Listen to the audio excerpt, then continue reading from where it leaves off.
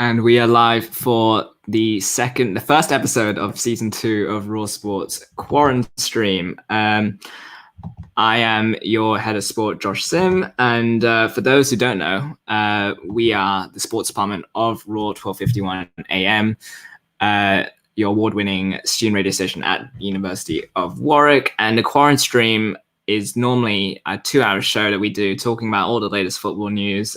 We also launched Raw Sport Weekly on Wednesday, where we covered Formula One, American football, NBA, and I'm sure a whole lot of other sports as things come and go. So a few housekeeping things. In the video description below, you'll have our social media, so our Facebook, our Twitter, our Instagram. You can join the Facebook group as well if you want to be a part of these shows as well. It is never too late to come on and join us at any stage of the term. We've also got down below a link to our Spotify where we have our interviews. And speaking of which, I will be announcing our first interviewee guest for next Wednesday coming up, which is a really exciting one. And also, our FPL League with the Ball Sport. The link to that is also in the video description. If you are a fantasy Premier League player and you fancy taking part in another league, feel free to join us. Again, never too late to join that. So with that, we have a lot of we have quite a few new faces to the show. So I won't waste anyone's time. And this is also live, so feel free if you're watching live to comment along, send questions in about all the stuff we kind of talk about as well. So with that said, we'll bring on everyone. We'll bring on a familiar face, a face that you've seen pretty much over the last few weeks, and that's Joe Spagnoli. Joe, how are you? Good afternoon, Josh. Joe Spagnoli, Raw alumni, studied English literature and creative writing at the University of Warwick, pronouns he, him, and people around here will know me as a rabid supporter of AS Roma, but feeling good this afternoon. Yeah, and we will talk about your busy deadline day very shortly, one in which a certain English defender has made it to Rome by minutes, with minutes to spare. Yeah, I should have actually. You've reminded me. I did a really bad job introducing myself. So I said I'm head of sport. I pronouns he, him. I'm a third-year history and politics student. And favorite clubs. I'm unbiased, but as the role of being the host. But I am a Liverpool supporter, also a Gladbach supporter in Germany, and Freiburg as well, and also Lyon in France, I guess. It's alright to have multiple teams. Yeah, and Melbourne Victory in Australia. I guess it's fine to have multiple teams to support, right? Yeah, I have one in basically every country. There we go. So in England, actually, Joe, who's your English Premier League team? Shrewsbury.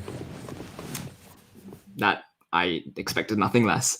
So let's bring on one of our new faces, new freshers onto the show, and that is Ben Parkinson, who should be there. Ben, do you want to introduce yourself? Afternoon, guys. I'm Ben. I'm a first-year freshers student. My pronouns are he, him. I'm studying psychology, and I am a hurting Manchester United fan. And as maybe viewers of this show know, we've had Manchester United fan previously in Dan Ralph, who's now studying abroad. So Ben fills that void superbly, and I'm sure he's got a lot of thoughts on whether it's deadline day, last weekend's result. I'm sure you've got plenty on your mind. Yes, definitely. Yeah, and so we'll bring on someone that you kind of introduced to me, and that's it's your flatmate, right? It's Sam Taylor, who joins us now. Sam, how are you? I'm good. My name's Sam. My pronouns are he, him. I'm first year studying philosophy, and I'm unfortunately a Queen's Park Rangers supporter. So all championship stuff for me mainly. Yeah, no, it's been. I mean, you guys in the championship and one of the tough league to get out of. How have you kind of perceived your season so far? It's been a bit of a mixed bag. I think everyone in the championship struggling to play with no one watching them.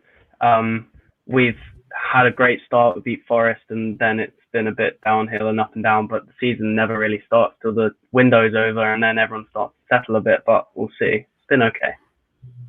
There we go. And I'm sure you'll have plenty to say across all the topics that we cover. Next up, someone who's not quite a fresher, but certainly new to our shows, a second year, and we've got Jay with us. Jay, do you want to introduce yourself? Yeah, sure. Hi, I'm Jay, he, him. I'm a second year history and German student. I support Newcastle and FC Köln, but I'm also partial to a bit of Sassuolo as well.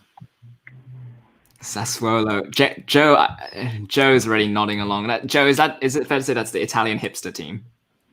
There are plenty of Italian hipster teams, but I approve of Sassuolo because that's my region, Emilia-Romagna, and they also play really attractive football. So good choice. They really do. I love them. Yeah. That they do, and hopefully, if we have time, we will kind of run through the state of play across the 5 European leagues plus the Championship. So makes that 6 leagues, I guess. And then finally, I'm hoping he's with us. We've got Cam Hall. Cam, are you with us? There we go. Yes, I am with us. Hi, I'm Cam Hall. I'm a second year politics international studies student, and I am a diehard Portsmouth Football Club fan, still dining out on my FA Cup win from 12 years ago, but still celebrating in equal quantities nonetheless, even if we have been dumped down to League Two and now can't get out of League One. But that's my life, really. The glory days of Harry Redknapp, Nico Kranjčar, and Jermaine Defoe. We benefited from the Redknapp treatment. Bought us a trophy. I'll take it. There we go. So there we go. We've got 6 of us, which is quite the cast, and we've got plenty to cover as well to match that. So, without further ado, I guess we start with international football, and we'll start with England-Wales. England winning 3-0. Goals from Dominic Calvert-Lewin, Connor Cody, and Danny Ings.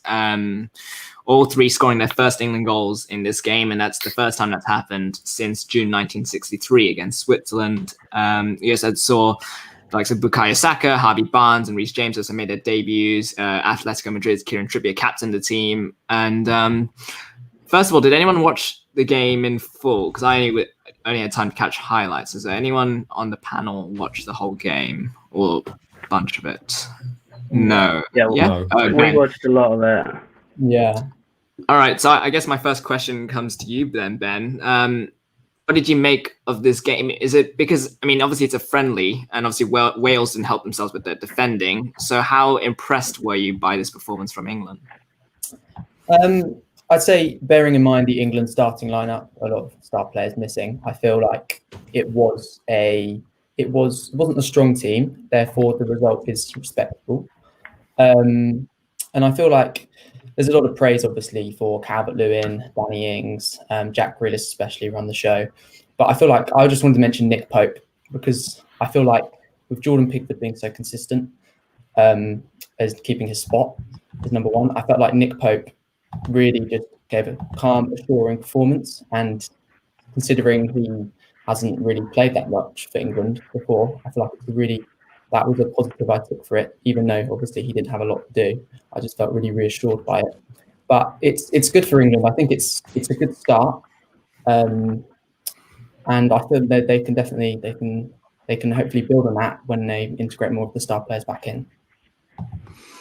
Yeah, and Sam, I mean, I look at the England team that started that game, and the front 3 are arguably representatives of teams that are not normally considered part of the traditional Big 6. You have Grealish of Aston Villa, you have Calvert-Lewin of Everton, and there's a fair shout to say Everton's probably the 7th best and could break into that top 6 for sure. And then Danny Ings of Southampton. So, you know, the traditional thing has always been kind of England have been made up of the Big 6 clubs, and then you've had a handful of teams who have not been part of that Big 6. But so what does that mean?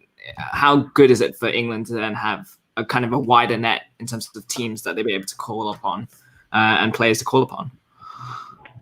Yeah, well, I think it's fantastic that the England team is now more diverse in terms of where the players are coming from. I mean, if you look back a few years ago when our team was essentially just Spurs' starting 11, it's really it's just reassuring to know that we aren't just getting all our talent from the top teams, and it's nice to know that there are teams who are providing talent, especially English talent, to the highest level. And I think it's fantastic that players like Grealish and Danny Ings are actually getting a shout in the team. And I wouldn't be surprised if they get near that starting 11, even when Kane and Sterling and Rashford come back near it, because I just think they are really what international football is about. It's not about what club you play for, it's about which country you represent. And I think it's really, really great, especially as I think they said like 9 of the 11 were all EFL. They all came from the English Football League before in their career. So I think it's a proper English team, and it's a really good thing to see. Yeah, and Cam, I mean, you look at it was a very solid performance. I don't think any of the starting 11 you could say had a noticeably bad performance. Do you feel like those players have certainly kind of firmed up their place for? I mean, I know Euro 2020 is months away, or even Euro 2021, I guess is what they're going to call it. Do you feel like players like Grealish, like a Danny Ings, have they kind of firmed up their place in the final squad come the end of the summer, or is it kind of, could it easily change in a couple of months? What do you reckon? Well, it was something I think I spoke to on the first stream that I did a few weeks ago, and we were talking about the right back depth that England have, which is extremely impressive. But more widely, Gareth Southgate, I don't think England have enjoyed such a period of squad depth. Even I don't think the golden generation had such a good amount of squad depth, and it's young squad depth as well. The fact it took Jack Grealish until this game to be able to break into the England team says a lot. And when you've got other players, you know, Dominic Calvert-Lewin, Connor Cody, who again didn't get England call-ups till this game. So he's got a real headache, Gareth Southgate. And I think at the moment, on that point of can these guys break into the 23, I think making the 23 is going to be difficult. And in terms of the starting 11, I'd say only Jordan Henderson and Harry Kane are guaranteed a spot in that starting 11 come the Euros. And so there's really a lot of competition, and players like Grealish, like Calvert-Lewin, like Cody, like Ings, they've really got an opportunity to have a strong season domestically. We've already seen it with Dominic Calvert-Lewin in the first few games for Everton. And I think just because of that depth, I think players really see this as an opportunity to take their chance, because Southgate knows that it's not always about putting your 11 best players on the pitch at once. You need 11 players who can play together and gel well. We don't want a repeat of the days of Gerrard, Lampard and Scholes in the England midfield, and it just didn't work at all, and that really held us back. And so there's a lot of players competing for these positions, and I don't think any of these players that played on Thursday night have made Southgate's decision any easier. So I think they really need to be consistent. I think all of these young players have got a chance to get into that final 23, potentially even the 11 as well. And so if they can continue to display that consistency, both at their clubs this season, but also when they get their call-ups as well, that gives them a really good chance to get into that squad, and then hopefully for them the 11 for Euro 2021. Yeah, and you look at who they're next in action tomorrow, England, and it doesn't come easier than they have to play Belgium. And we all know a couple of years ago, the World Cup, it was Belgium who beat them in the third place playoff. And I mean, it feels like a long time ago, but England are actually second in the Nations League group. They kind of struggled to beat Iceland 1-0. They had goalless draw against Denmark, and then now they play Belgium. And Jay, I come to you. I mean, we all know about Belgium's quality. We've seen a lot of their players star in the Premier League and on a global stage. Arguably, they have the best player in the Premier League, in Kevin De Bruyne. What kind of test do you think Belgium will pose for this England team? Well, I'm torn, because on the one hand, I think for the first time in a number of years, I think the England team is arguably the best that we've seen recently. I mean, you go back to 2010, we had some class players then, but you still had players like Heskey and Robert Green who were featuring on the daily in that squad.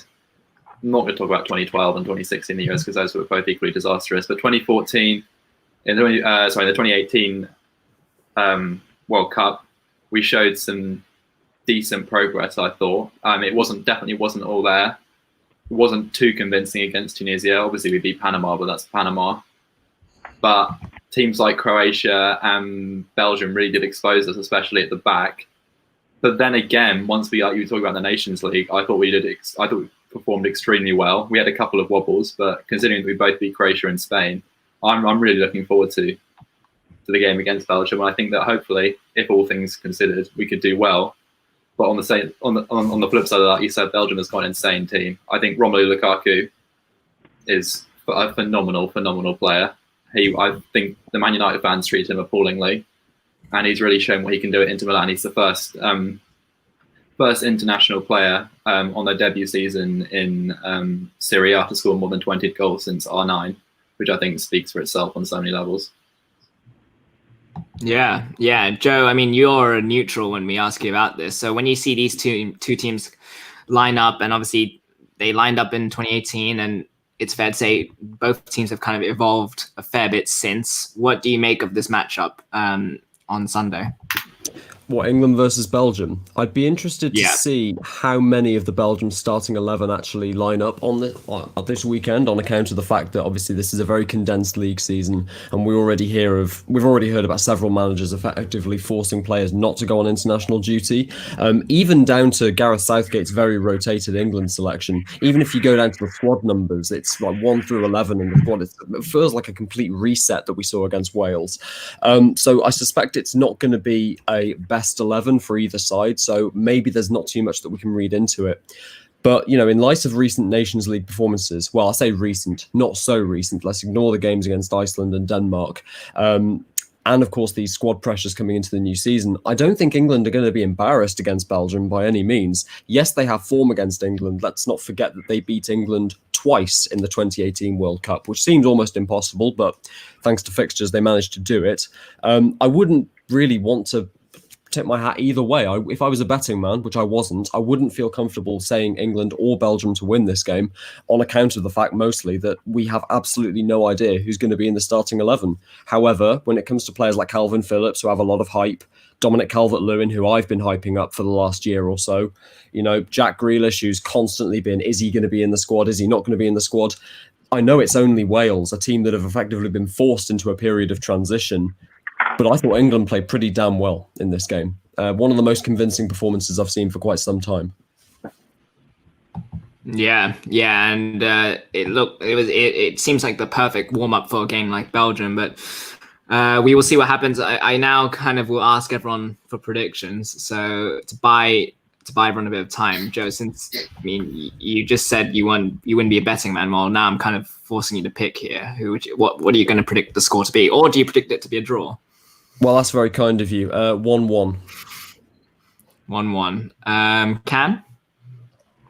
It really depends on who both teams play, because I think Joe is right. I think there's a lot of pressure, particularly on the big players. You know, Pep Guardiola will not want to risk Kevin De Bruyne with a lot of fixture congestion coming up for them this season. So I think even whilst there's no fans, I think having Wembley, I think there's always something that England tend to perform better at Wembley. There's some sort of factor there. So I'm going to go slight 2-1 England, probably a last-minute penalty or something like that to take them over the line. Well, we have one confident person who's going for 7-1. I'm guessing in favour of England. Maybe, yeah. If you are in the comment section, please clarify. I'm guessing you mean for England, which would be a hell of a result.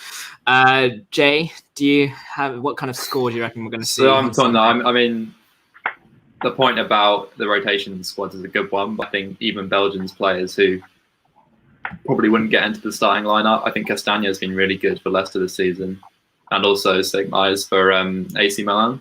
So I think I'm going to say, even if both teams are heavy rotate, I'm going to say 2-1 Belgium, I think. 2-1 Belgium, okay. Sam? I think it's definitely a matter of who turns up on the day. I think England sometimes can hide away when it comes to games like this, but we've also seen them do the complete opposite and actually be pretty good. It's a very hard one to call. International football always is. I'm probably going to go with a 1-1 draw as well. I think that's looking likely from my point of view. Yeah, I just want to... I stifle a smile just because this person has made it clear it's Belgium 7, England 1 is their prediction. Can I actually point out, I know who this person is. This is our head of news, Enoch Mukungu. And we do not appreciate this doubt in the England football team, Enoch. Is this picking the... well, I mean, he's picked Brussels over London, I guess, which, I mean, I've heard that before, but in a different context. Ben, finally, your prediction. I'm guessing you're not picking 7-1, are you? No, I'm not picking 7-1, but I am picking an England loss. I just think they are too much defensively frail at the moment. And I think, like what Jay said about how I still think Belgium have a good squad depth. I think it will be close. It's a tough one to call, like everyone said, but I'll go with a Belgium 2-1 win, I think. There we go. So the majority, I think mostly, if not everyone, pick a Belgium win. So be interesting to see what happens tomorrow night. I'm just going to ask everyone, so I'm just going to run through some scores. And if anyone has anything they want to say about a particular game or so, just stop me. And I'll be very happy to kind of just dissect that game more in detail. But we also had Scotland beating Israel on penalties. They will now play Serbia, who actually, Jay, I remember you talking to you about this. Serbia knocked out Norway in the Euro 2020 playoffs. It feels disappointing, doesn't it, not having Erling Haaland, Martin Odegaard, and such a talented team not being able to show off on one of the biggest stages on the continent? Oh yeah, I was massively disappointed. I'm part Norwegian, so I was really rooting for them, but I think they just really didn't show up on the day. They had control, the possession was pretty even, but in the end product, it just wasn't there. I think they had 3 shots on target compared to Serbia's 9, and Serbia could have easily been 3 or 4-1. Mitrovic and Tadic both missed a couple of absolute sitters, but I think the standout player for me for Serbia, even though he wasn't particularly called into action much, was Rajkovic. I mean, he was he made a 30-minute save against a header from Holland, was absolutely sensational. He was brilliant for Reim last season, and I think he will prove to be, in the coming years, one of the best goalkeepers on the international circuit. That's not to say that Jarstein for Norway wasn't good either, but I think that just Serbia, especially in that final quarter of the pitch, even though, yes, Mitrovic and Tadic went on their best game, I think Milinkovic-Savic, who was in the right place at the right time for both goals, and the chip on the second one was absolutely filthy, and it was beautiful. And so, yeah, hats off to Serbia. They played well. They got the points they needed, and disappointed in Norway, but oh well. I mean, I'll just ask you quickly as a follow-up question. Serbia, Scotland, having just watched Serbia, then, do you reckon they would be the favourites over Scotland? Oh, Serbia, Scotland were absolutely disastrous against Israel. Like, they were woeful. I am so surprised they managed to scrape through that. I was watching the BBC Sport feed as they were playing, and the amount of angry Scottish supporters and commentators, they were just tearing their hair out over it. But they pulled through in the end. But yeah, I think Serbia have definitely got something on the bag. Scotland haven't got much to offer. Yeah, and then the other one, I guess, of note, Northern Ireland they beat Bosnia on penalties, and they will play Slovakia, who coincidentally defeated the Republic of Ireland on penalties. So it could have been an all-Irish affair, but it isn't. And Joe, I've got a response for you from Enoch, defending his 7-1 prediction. So there we go.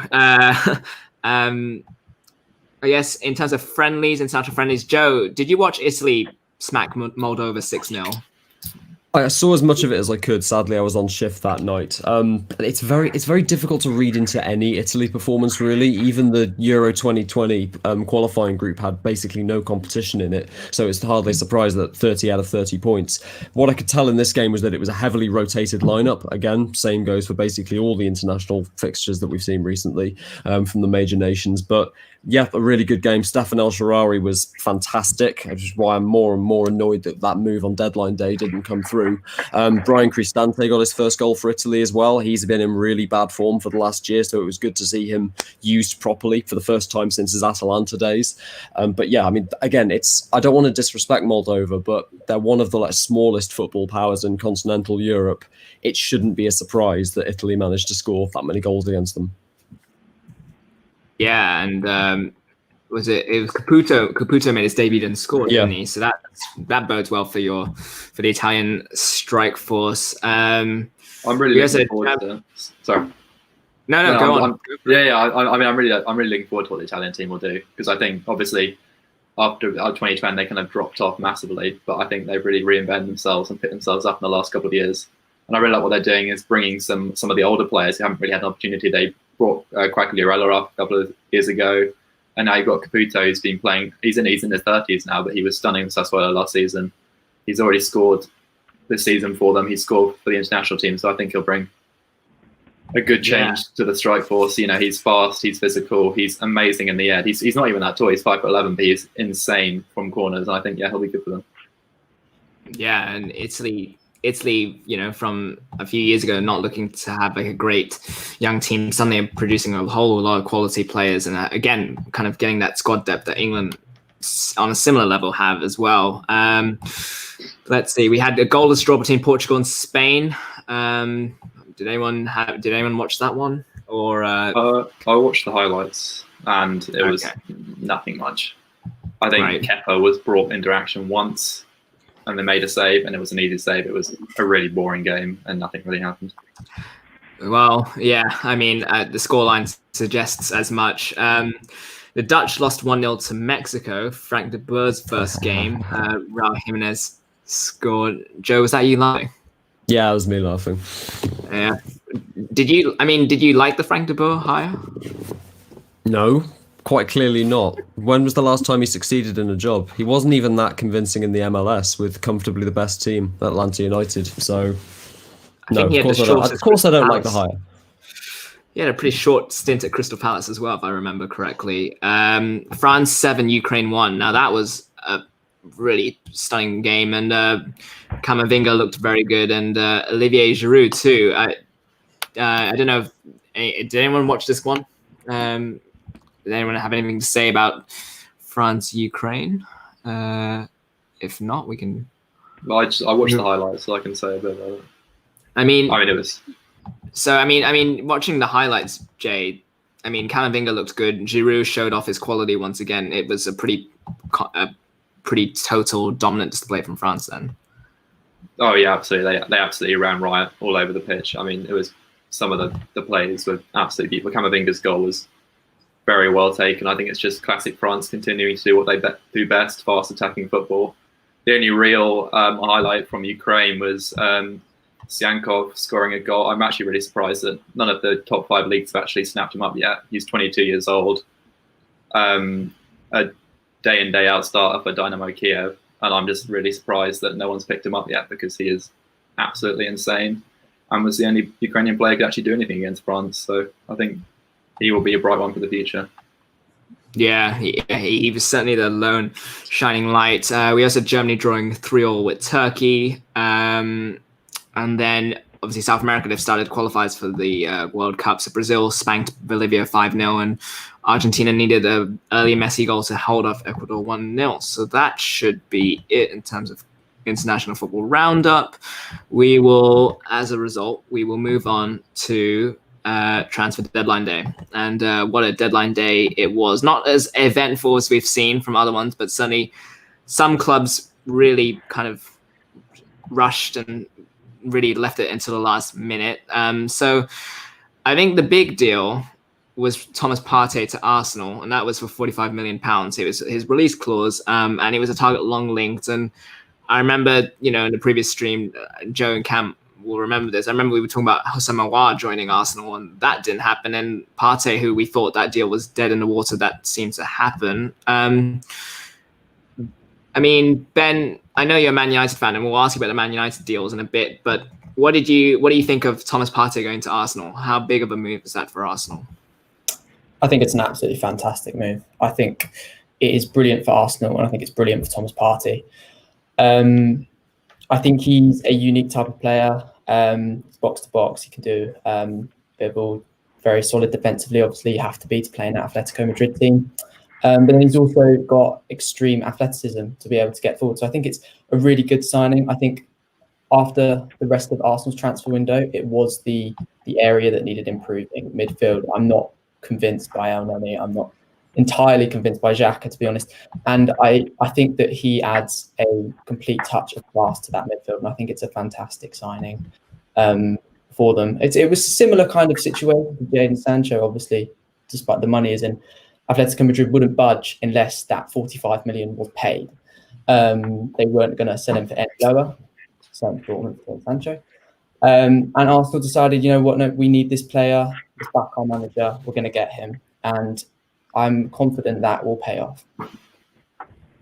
Yeah, it looks like the ideal signing. Cam, I mean, we've talked about Arsenal and how they already look like a much improved team and more organised. And the signing of Thomas Partey is just going to further that belief that they can go on to have a great season with Mikel Arteta's first full season at the helm. No, definitely. I mean, the thing is, we talked earlier about Lucas Torreira, and Lucas Torreira went the other way in this deal. And it's clear in a way that Thomas Partey and Lucas Torreira play that very similar holding midfielder role. But Thomas Partey was clearly, Arteta wanted him and wanted to have him in his plans. Lucas Torreira wasn't really featuring in Mikel Arteta's plans. So in many ways, it's a deal that Arsenal benefit from, not only getting Thomas Partey, who Arteta will want to use and incorporate into the team, but also getting rid of someone who Lucas Torreira is very talented. You know, when Unai Emery was manager, we saw some fantastic performances from Lucas Torreira. But it's clear he's now at a place where he's going to be getting game time. He's going to be having an ability to develop more. And under Simeone as well, someone who really does instill this strong, defensive, organised team, along with obviously this new strike force with Suarez and Costa as well. That would be great to see what happens with Torreira. But I think sticking solely with Partey, it adds to that sense that Arteta is making Arsenal more organised. He's building a team that doesn't concede at the back, so they can really grind out those tight games that they couldn't be doing last season. It's a good move for Arsenal. I think he will definitely fit into the club. And I think in the long term as well, Thomas Partey is a very young player. Arteta is looking to the future.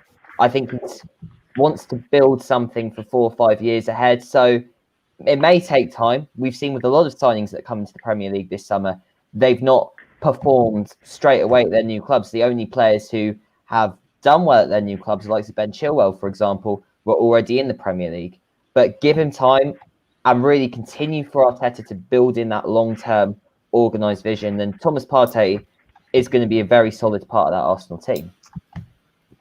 Yeah, I can't disagree with that. I think he definitely strengthens their midfield and adds some physicality and bite that they may have not had in a long time. So it looks like a great one. Obviously, the other big English club that was heavily in the market was Manchester United. They obviously got Edinson Cavani for a 1-year deal with a player option for a second year. Alex Telles was signed from Porto, Palestri from Penarol, and Ahmad Diallo from Atalanta, who will join in January, but the fee has been paid up. I know we'll get to Ben. I know you have plenty of thoughts on this. I did want to ask Sam. I mean, from the outside, kind of looking in, it's been a strange transfer window for United. Do you feel like this was all kind of last minute shopping, like when you forget to buy someone a Christmas present and then realize on the 23rd that you really need to get one quick, and so you'll just take anything? Well, I'm sure Ben will get quite passionate about it in a second, but I have very strong thoughts about Ollie, and I think the board's not backing him necessarily, but the fact that they've gone from wanting a young, world-class winger from in Jadon Sancho and ending up with a 33-year-old striker who's pretty much at the end of his prime. I don't know. It all does feel a bit desperate, and because it's United, you've got to think that they have some logic and some research, but it's almost as if it's a bit of a FIFA career mode that you go and you're like, oh, Cavani, I remember him, and you're just like, buy now. Like, it's really, I think it's a bit farcical. I don't know whether it's Ollie's decisions or whoever's backing him, but it really does feel as if they're just trying to fill the numbers and not really going as ruthless as they could do on the ones they actually wanted, and therefore ended up with the ones that they could bring in. So I think a United fan would probably be disappointed, though Cavani, in his defence, was, when he was probably at his peak, a pretty good striker, to say the least. So I don't know, it could go one or two ways, and he's the number 7 as well, which is obviously a cursed number for United in recent years, but it's all a bit bizarre. Yeah, Ben, I mean, I now I feel like I do have to turn to you. I guess I'm curious to know what your expectations were for the transfer window heading into the summer. And then I guess your thoughts now that it's over, I guess, or at least the international window. Obviously, domestic deals can still be done between England clubs. I guess your reaction to it now that it's pretty much over, save for maybe an Ismail Assar move, which can obviously still happen. Yeah, as a Man United fan, I went into the transfer window really excited. I think obviously the Jadon Sancho talk is going to get anyone excited. I think knowing that we are a self-sustainable club and that we're going to have money to spend, and we didn't. But I was really excited because if you look at last summer, like, you can say whatever you want about Harry Maguire, but at the time, you needed a solid centre back. We paid the money for him. Wan-Bissaka, I still think, is a brilliant signing. Dan James for 15 million does a job. And then obviously you've got Bruno Fernandes as well, who was obviously an excellent signing. So I was really, really optimistic. I think all United fans, we really thought this was the change. This was something. This is where a manager gets backed. This is where a manager gets the players that he actually wants and can work with them. However, by the end of it, I was left disgusted at my club. And I think we saw Patrice Evra crying on Sky Sports, and that is how it felt for all of us. I think it's appalling. They clearly do not have a transfer strategy plan, because they could have signed Cavani months ago. He was a free agent. And like Sam said, replacing Jadon Sancho with Edison Cavani is appalling. And just to be the ultimate muggery for all fans, they give him the number 7, which adds to the curse. I think he's a great player, and I think he is a good sign. So I like the signings of Donny van der Beek, Alex Telles, and Edison Cavani. I think they're good signings. However, them and 2 youngsters is not good enough. When other teams are bridging the gap, look, Frank Lampard's been backed. You can even look lower down the league, Everton, who are now going up the league. Ancelotti's been backed. Clubs like Newcastle, I think, did excellent business. And it's unbelievably disappointing and heartbreaking to see this happen again and again and again. We got Louis van Gaal, a veteran manager, wasn't backed. Jose Mourinho, who at the time was a world-class manager, in his second season, he always won the league. He couldn't with our team because he wasn't backed. In his second season, all he signed was Fred. And it's happened again, no matter what your opinion is on Ollie. And I'm not saying he is the right man, and I'm not saying he's a bad manager either. I'll sit on the fence there. A manager needs to be backed, and it's not happening with Man United, and it leaves us all heartbroken because he'll get sacked, we'll appoint a new manager, it will happen again. Something needs to change, and it's the backroom staff, it's the layout, it's the sporting director. We need to appoint one. It's a lot that needs to change, and no, we won't improve until that does. Do you feel, and I'm just curious out there, because I know obviously as someone who's on Twitter and sees a lot of football Twitter, you see a lot of fans clashing over, yes, we've been told this, and then someone else tells them something else, and it's like, no, that's wrong. Do you feel like you were misled in the Jadon Sancho saga? Like, do you feel like the club's refusal to say it was over kind of raised hopes, only to then cause disappointment when the window came to an end? I think so. Yeah, I think it was a mixture of maybe false information and things, but I also think it was just a real, certainly from like reflecting on my own board, it looks awful that Borussia Dortmund stick to a price, and we sit there and say we're not going to pay it, and in fact we're not even going to make a bid at all, because we're just going to sit there and say we're interested. Because that's the thing, as a Man United fan, I can speak for a lot of us and say that we weren't angry that we didn't get Jadon Sancho. We're angry that they didn't think, okay, either pay it or move on and get someone else. There's still chance for Sarr, but we could have, Gareth Bale was available. Again, not saying it's the right deal or the wrong deal, but there are people available, and we sat back and didn't do it. And I think it is a mixture of, I haven't seen over these past few years the transfer strategy at all. I saw a tweet that did say the best signing Man United could make would be Edwin van der Sar as a sporting director, and I 100% back that. Not even him, just a sporting director would be the best signing for Manchester United, because they need leadership in the recruitment area, because it's just not good enough. The club is being run from a money perspective, not a footballing perspective. And it's the same story. We've been talking about it for years, and it's just not changing. And that's what the transfer window sums up. Yeah, I do have one final question on, are you optimistic of a Sancho deal in the future, or do you feel like this was your chance and now it might go?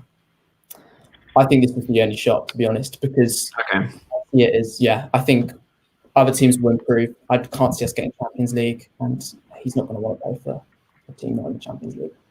Fair enough. Well, we'll see what happens. I mean, yeah, we will see. I mean, obviously, it's too early to say how good the youngsters will be. Cavani, who knows? Maybe it's Zlatan, maybe Falcao. We've seen one and the other, so it definitely be an interesting thing to watch. Joe, I know you're smiling, and I guess we'll come to Roma now because you obviously managed to get the Smalling deal done from United last week. If I'm right, you turned your Sancho argument into a plea begging for Smalling, and you got him. Yeah, it was basically a ransom demand live on Raw Sport. But yeah, it did happen in the end. Probably the worst kept secret in all of European football that Chris Smalling was going to join by hell or high water. It was ultimately, I think, because the personal fees and agents' fees were agreed months in advance. It was just a case of Manchester United trying to do a Borussia Dortmund and holding out for that €20 million valuation, which even I will say is too much for him. In the end, the deal came across at €15 million plus 5 million in bonuses that, although I'm not actually privy to what they are, I've been told are basically unattainable. So for all intents and purposes, it's a €15 million deal. For Manchester United, it's fine. That 15 million could well be what finances the Ismail Assar deal, which I think would actually be a fantastic signing. Probably get him for a good price as well, now that Watford have finally been relegated from the Premier League, and the Pozzos will want to get some of that money back. But as for just quickly on Manchester United, I find this is one of the few times where you can't blame Ole Gunnar Solskjaer for something that's gone wrong. Either stick or twist. It seems like Manchester United have had this entire off-season either back Solskjaer after the good run of form he had at the end of last year, getting third in the Premier League, sign the players that he clearly wants, or move on. You know, Allegri's available, Sarri's available. God knows how many managers are available. Ernesto Valverde, if you wanted to bring him in, is available. Quique Setien's now available. So many different philosophies, so many different international managers with titles under their belt, all of which you'd probably rate above Ole Gunnar Solskjaer, and yet they stuck, and yet didn't really invest in him either. And I'm completely in agreement with Ben. I mean, I'm not a fan of Manchester United by any means, but this is a directorial issue. It's not a management issue whatsoever. And honestly, in the wake of that 6-1 defeat against Tottenham, I would not be surprised if Chris Smalling booked a plane personally to come to the Eternal City just to make sure he would never have to play for that team at the back again. Yeah, I mean, another name to throw in the hat, I guess Mauricio Pochettino is also a free agent. How could I forget? Yeah, exactly. Jay, I mean, you mentioned you are part Norwegian, if I'm right. What is the perception of Solskjaer? I mean, like, what is your perception of him? Obviously, he left Molde kind of it was a bit of a SOS, a bit of a distress call. And how do you judge what he's done at United from that perspective? See, I'm really torn on Solskjaer. On the one hand, obviously, he is a Norwegian hero and arguably probably the best Norwegian footballer to ever grace the planet. But I just look at what he's done, and I just think, obviously, he went on that amazing run when he first came in of wins. But in the last couple of months, I just haven't really seen. There's been a couple of flares, like just after Christmas in the last season, they absolutely hammered us in Newcastle. Fantastic performance from Mason Greenwood, but the consistency is just lacking, mainly down to the fact that the defence is absolutely woeful. I think Harry Maguire is one of the biggest frauds in world football at the moment. I think he's massively overrated, and they really haven't done anything about it in the transfer window recently. And I think, like you're saying, it is a majorly directorial issue at Manchester United. I think the level of arrogance that they have in the transfer window is absolutely outrageous. I know Ben was talking about how with the Jadon Sancho deal, Borussia Dortmund said, we want 120 million euros, and Manchester United just sat back like Borussia Dortmund were going to come down just because they're Man United. And it happened with Jude Bellingham as well. Man United were just didn't really offer him anything concrete. They just threw their history around. They arranged a tour for him to go around Old Trafford with Sir Alex Ferguson, as if just say, oh, look at our history, that that's what we can offer. Whereas Dortmund came out, offered him, showed them what an amazing youth development program they have, showed what the potential you could have at the club, and obviously he signed for them. And I think that's just classic Man United. But coming back to Solskjaer, I don't think...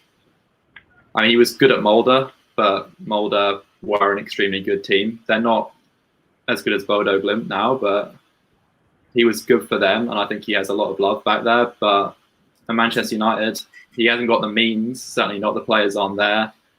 And I don't really think he's got the managerial caliber to be able to compete in this league at the moment.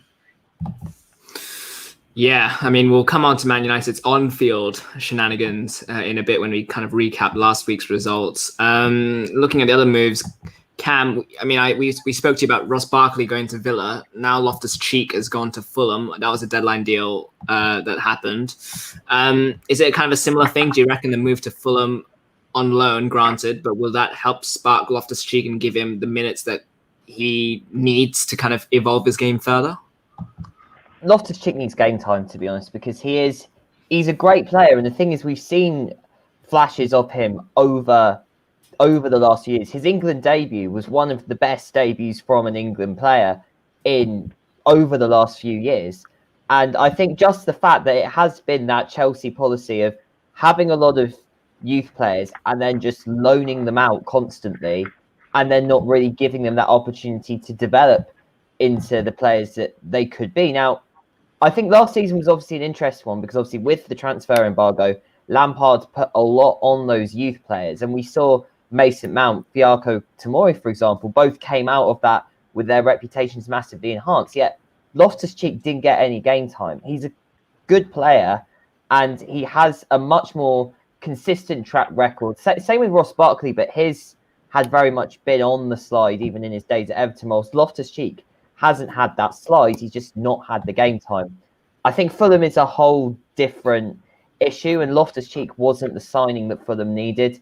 They needed a centre-back. They needed to have someone who's going to stop shipping in goals at the back, and Loftus-Cheek isn't that sort of player who's going to provide more defensive cover, even if he is a quality midfielder.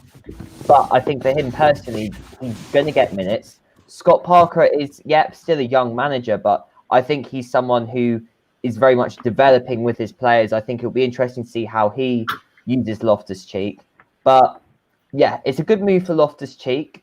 Not what Fulham needed, but again, Chelsea at the moment, having made all these signings this summer, there's a real risk that the progress they made last season with their youth players in the likes of Mason Mount, Tomori, James, there's a real risk that they don't get the games that their talent deserves and they just slip back into their old ways again.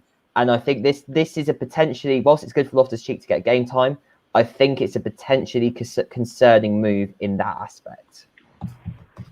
Yeah, it's certainly Fulham defensively have had issues. I know they did bring in two centre-backs at the deadline, and we'll see how quickly they can impact their defensive record, but that remains very up in the air. Just to run through some of the other significant deals, Ben Godfrey went to Everton, as did Robin Olsen from Roma, went to Everton. Theo Walcott left Everton and went to Southampton loan, and then Leeds signed Rafinha as well. So that's all the English transfers. Well, I mean, I'll talk about. There were some significant moves in Europe that we'll get to in a second. But Sam, I guess now that the transfer window, I mean, as I said, domestic deals can still be done. But when you look at the business that kind of all the teams have done so far, who has impressed you with their transfer business this summer? I think the obvious one in the Prem is teams like Everton, and like them to Newcastle as well. With my expertise, I'd say a team that you could possibly be seeing next year, if it all goes well. They just got a new manager in the Championship. Nottingham Forest have signed about 50 new players, so they're also a bit of a force. But I don't know. I think it's been a mixed bag. The market's obviously different today with the COVID stuff, and I think clubs, especially lower down, are definitely struggling to get in the right players. But the ones that do, I don't know. I think City did well to get Diaz in because they were lacking with that centre-back depth. But I don't know. I think we'll see as the weeks go on. But there's still a lot of deals to be done, I reckon, over the next few weeks. Well, not next few weeks, until the domestic window ends. I feel like you said, Sarr from Watford, and there's still a few people lingering around at teams like Bournemouth who could definitely make their way back up into the Prem. But it's been a mixed bag. Yeah, Ben, is there any team that's either maybe disappointed? I mean, obviously United have disappointed their transfer window, but is there any team that you look at and have been impressed with their business in this summer? I think Newcastle. I was very impressed with them. I think I like their idea of their transfer strategy. buying from foreign leagues like Amaral and Joelinton didn't work out necessarily. So what they did is they made sure to capitalise on, Callum Wilson's situation at Bournemouth being relegated. They bought a number 9 who is secure. I think Jeff Hendrick on a free. I still think that's a really good signing. And then obviously you've got Jamal Lewis as well. I respect them, and I respect their transfer policy for what they did. I thought it's brilliant, and it provides sustainability, improved in all the right areas. And whatever you say about Steve Bruce and the whole owner situation for this season, it looks to have started really positively for them. Yeah, sorry. There we go. It's certainly an exciting time to be a Newcastle fan, and I'm just going to take. I think Jay's camera's just frozen a bit, so I'm just going to see that. So it's a shame. I was going to ask him about Newcastle's business because it has been pretty solid so far. Just to run through. I mean, Joe, the big one in Italy was Chiesa going to Juventus, and he is arguably one of Italians. I can't even speak. Italian football's exciting talent. That's what I meant to say. Okay, Chiesa to Juventus. Is it kind of the case of the rich getting richer in Italy? Honestly, I don't think so. Federico Chiesa so far under Andrea Pirlo has been deployed in the sort of right wing-back position, which is one of the very few weaknesses in the Juve squad. Obviously, they had Juan Cuadrado deputising rather well, actually, last year in that position. Chiesa has played at right-back before at Fiorentina and was pretty damn disastrous in that position, so I don't know why Andrea Pirlo and Agnelli have decided to bring him into that position. I suspect they're going to be using him slightly further forward. The problem is that in the right wing position, they've signed the Serie A best young player of last year, Dejan Kulusevski, to play in that position. Not that Andrea Pirlo particularly likes playing with wingers, as they're usually deploying 2 strikers at the beginning of this year. When you consider the fee, 50 million euros, which on market value, sure, that's not a terrible fee for Federico Chiesa, for captain of Fiorentina, and has been touted for 70 million euro moves in recent years.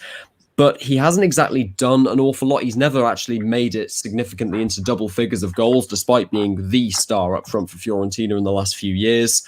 It doesn't really seem to be a scheme fit in terms of position. They've already got Kulusevski, who had a much better year last year. I mean, the reception I've seen from Juventus fans is probably the most negative. Adam Digby, who's a journalist that I follow quite closely on Twitter, he was disgusted by the move. We can talk about Juventus's good signings, or we like their exploitation of free transfers, which in the case of Aaron Ramsey especially really hasn't worked out. But when Juventus are spending huge amounts of money, I don't think they're spending it very well. Let's not forget as well that unlike in the English top 6, the Italians do monitor FFP. Juve will get punished if they keep signing players like this. And going into this new year, I don't think Juve are by any means favourite to retain the Serie A title. They damn near lost it last year. And honestly, with Pirlo's lack of management and signings like this, much though I love Federico Chiesa, I don't see them retaining the Serie A title. I mean, it's a bold move considering I think we had you and Luke picking Lazio to win, and then of course they stumbled and Juve. We said Lazio would win the Scudetto, and then I think they lost 3 games in a row, and Juve won all 3 of them. So I'm more than prepared to see it be turned into 11 in a row. But no.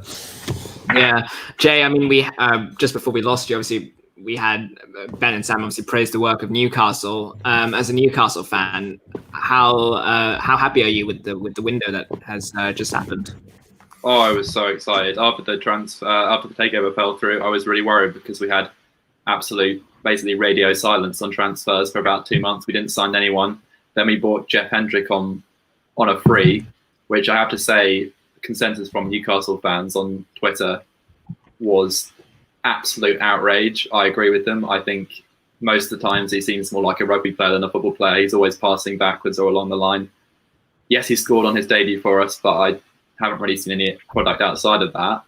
But then, obviously, Callum Wilson came in. Then we were linked with Ryan Fraser and then Jamal Lewis. I mean, once we basically completed an effective raid of all the relegated clubs, I was really, really happy with the way the transfer window's gone. And now that we have Callum Wilson up front, Joelinton can actually drop back into the position where he actually played, which is left wing. And I think he's been really promising there. I mean, he hasn't got any assists or goals in the Premier League yet.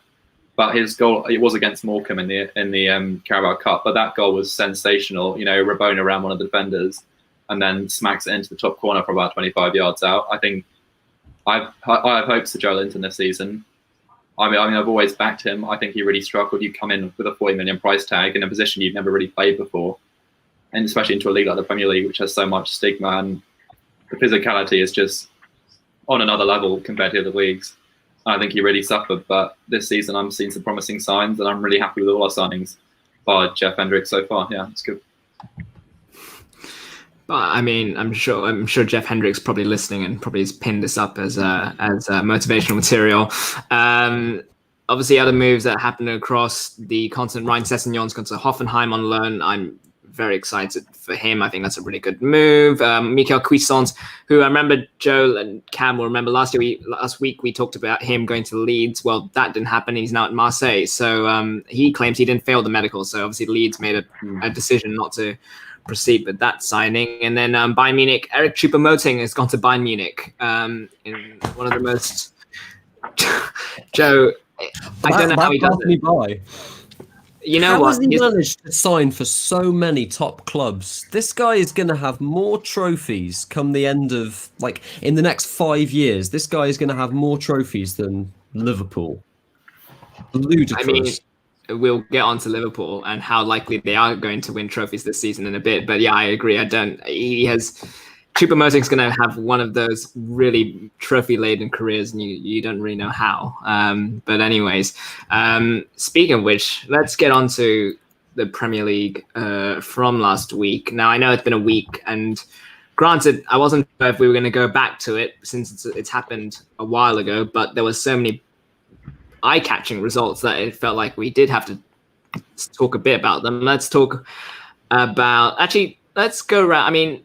Are we all in agreement that the Villa-Liverpool game was the most shocking result of the lot? Or yeah, okay, cool. So we'll start with that one then, and I guess. And Cam, I mean, you were here to talk. We talked about Liverpool Arsenal, how Arsenal were very positive and managed to find gaps in this Liverpool defense. Were you expect Villa to then take it one step further and put 7 past Adrian at Villa Park? No, I'm not gonna lie. I was watching the game at the pub. I'd already seen the United game, and I just thought something like that can't happen again. And then all of a sudden, Aston Villa put 7 goals past Liverpool. Now, granted, Adrian is a very error-prone keeper. We saw that on many occasions last season. We also saw the threats of that high line. And we've been saying before, it happened in the Leeds game. That high line that Liverpool play just got really exploited. And that's how Leeds got put 3 goals past them. And in many ways, this was done to much more devastating effect. And one team we hadn't talked about in the transfer window business was Aston Villa. And again, Aston Villa hadn't made marquee signings, but they made signings in the places that they needed to. Ollie Watkins up front, getting that hat-trick. Fantastic player in the Championship last season. Has the quality to play in the Premier League. He saw it in that game. The link-up play that he had with Jack Grealish in that game was incredible. And he's really come into his own. And it was, again, I think really having that high line that Liverpool had as well. When you've got Grealish and Watkins, 2 high-quality players, you are going to concede goals. But even I will admit that to concede 7... And obviously, Adrian was playing, and if Alisson was playing, Liverpool, I don't think would have conceded half that amount of goals. But it does certainly throw questions out about Liverpool, because we were saying before that Liverpool still grinded out the results. They still scored more goals than their opponents. They were still able to get those results in the end. That's the thing with Klopp's football. You'll play the high line, but you'll press so high that you're guaranteed to get the goals you need.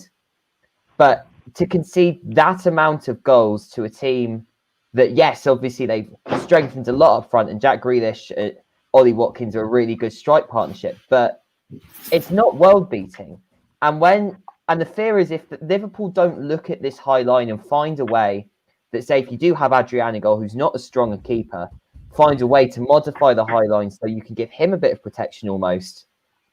You know, against a partnership like Harry Kane and Son Heung-min or Dominic Calvert-Lewin and James Rodriguez, you could easily ship that many goals again if you're not careful. So it is a shock result for Liverpool, and I don't think it's anything that's going to rapidly change the way they play. But they need to have a look at the way that they use that high line against fast players like Watkins, like Jack Grealish, who are clinical and can hurt them.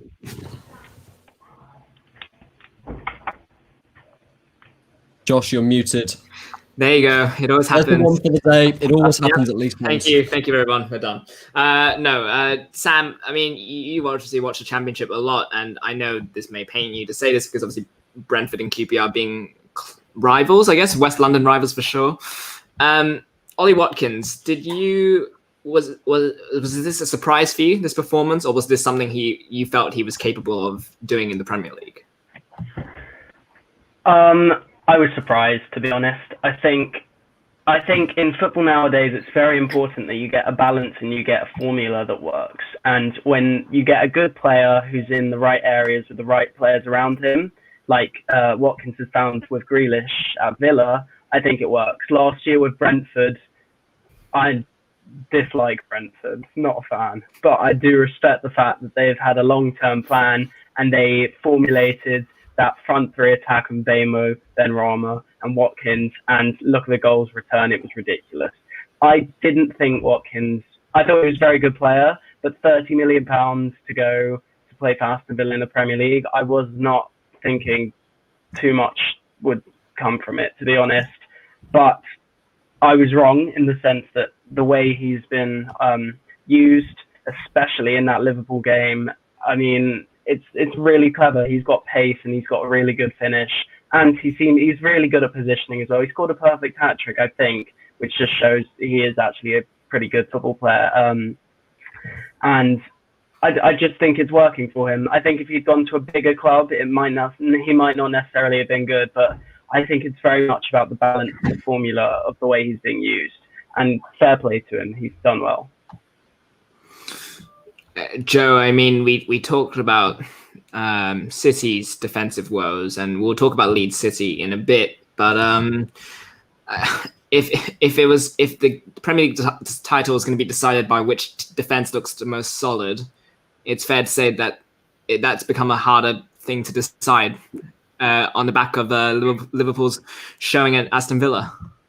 I mean, the great thing about this is that the game I was hyping up for last week and I got laughed at on the show was I was really looking forward to Newcastle versus Burnley, because they're two of the only teams in the Premier League that seem to prioritise defensive football. Even in that game, 4 goals got scored. So, yeah, defensive football is basically dead in the British Isles, and it's going down the toilet in Europe as well. Honestly, if we're talking about best defensive teams so far in the Premier League, it looks like the title's going to be between Tottenham and Everton come the end of the year.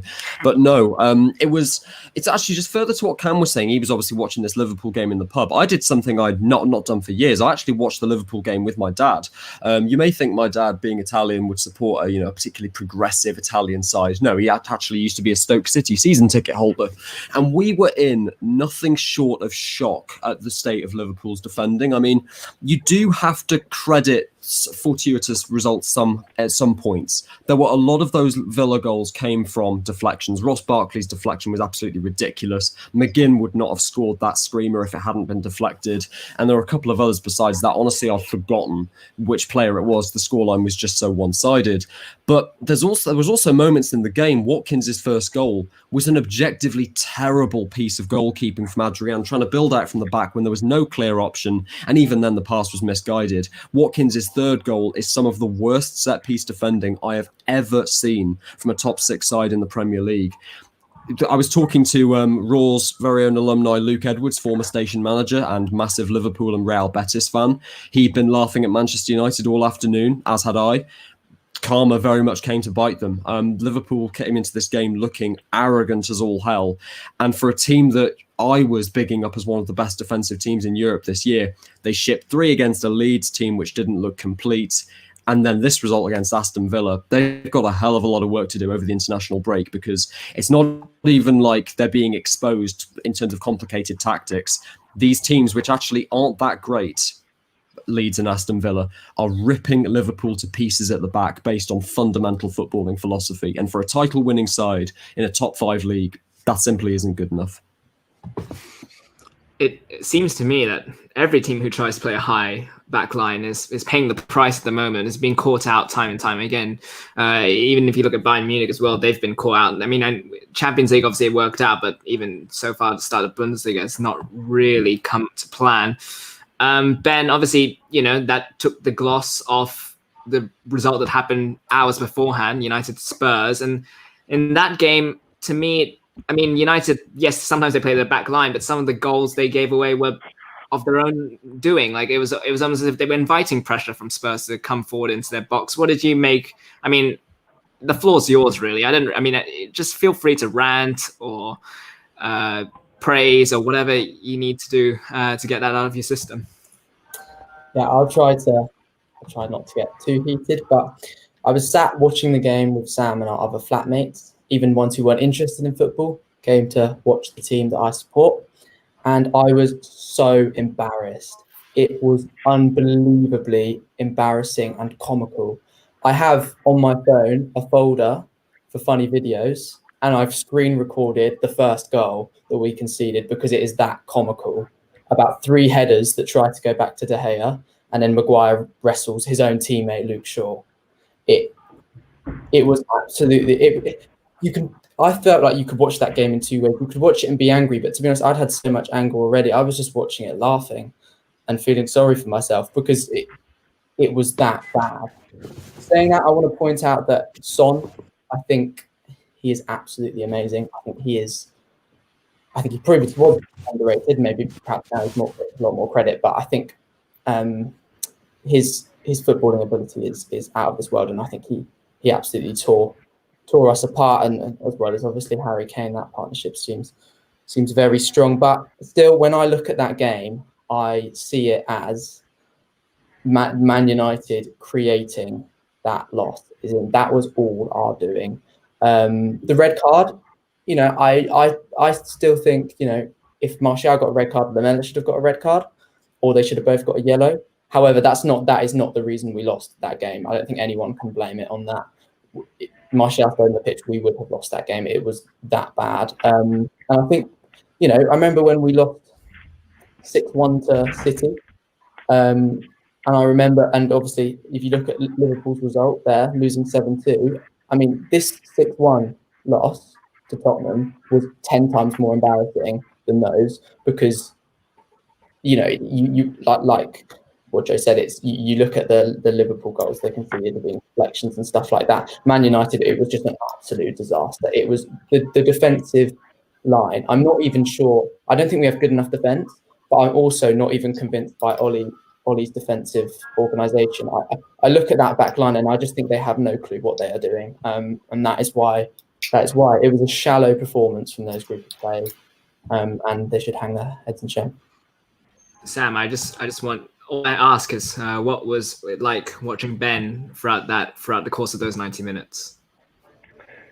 Well, as someone who's used to being chronically disappointed by their football team, watching with a United fan should normally be at least some respite or some improvement. But quite honestly, I'd much rather have been watching QPR Coventry than United Spurs.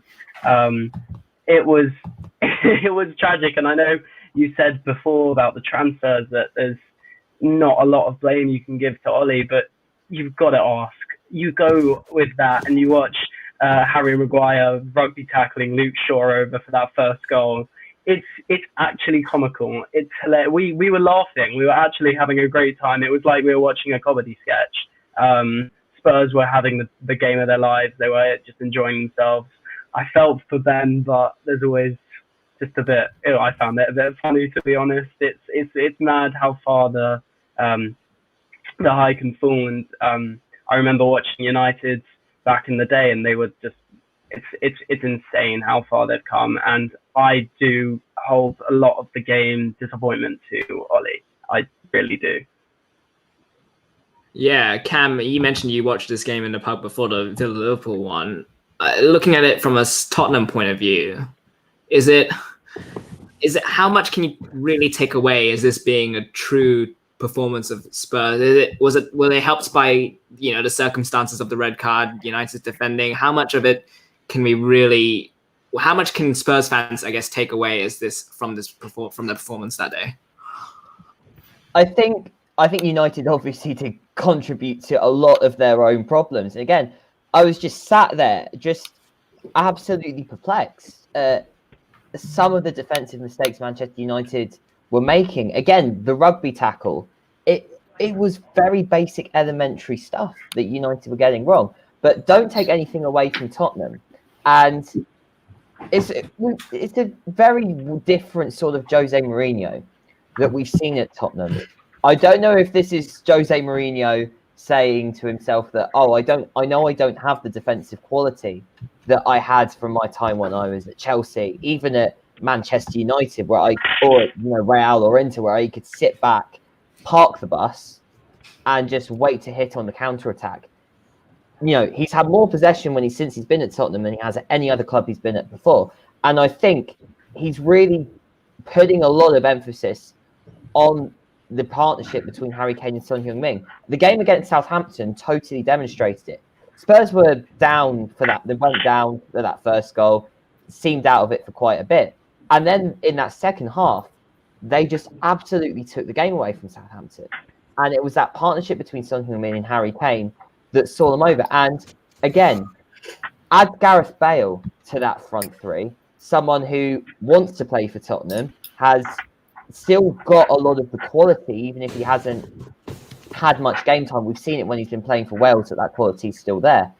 And Tottenham really do look like a good team that not only is defensively very strong, we've seen that in many performances this season, even if there still are a few sort of issues at the back. I'm not convinced that Eric Dyer is the man to partner Davinson Sanchez, but I think certainly that partnership up front between Harry Kane, Son Heung-min, and then add Gareth Bale into that, Tottenham look a really exciting side.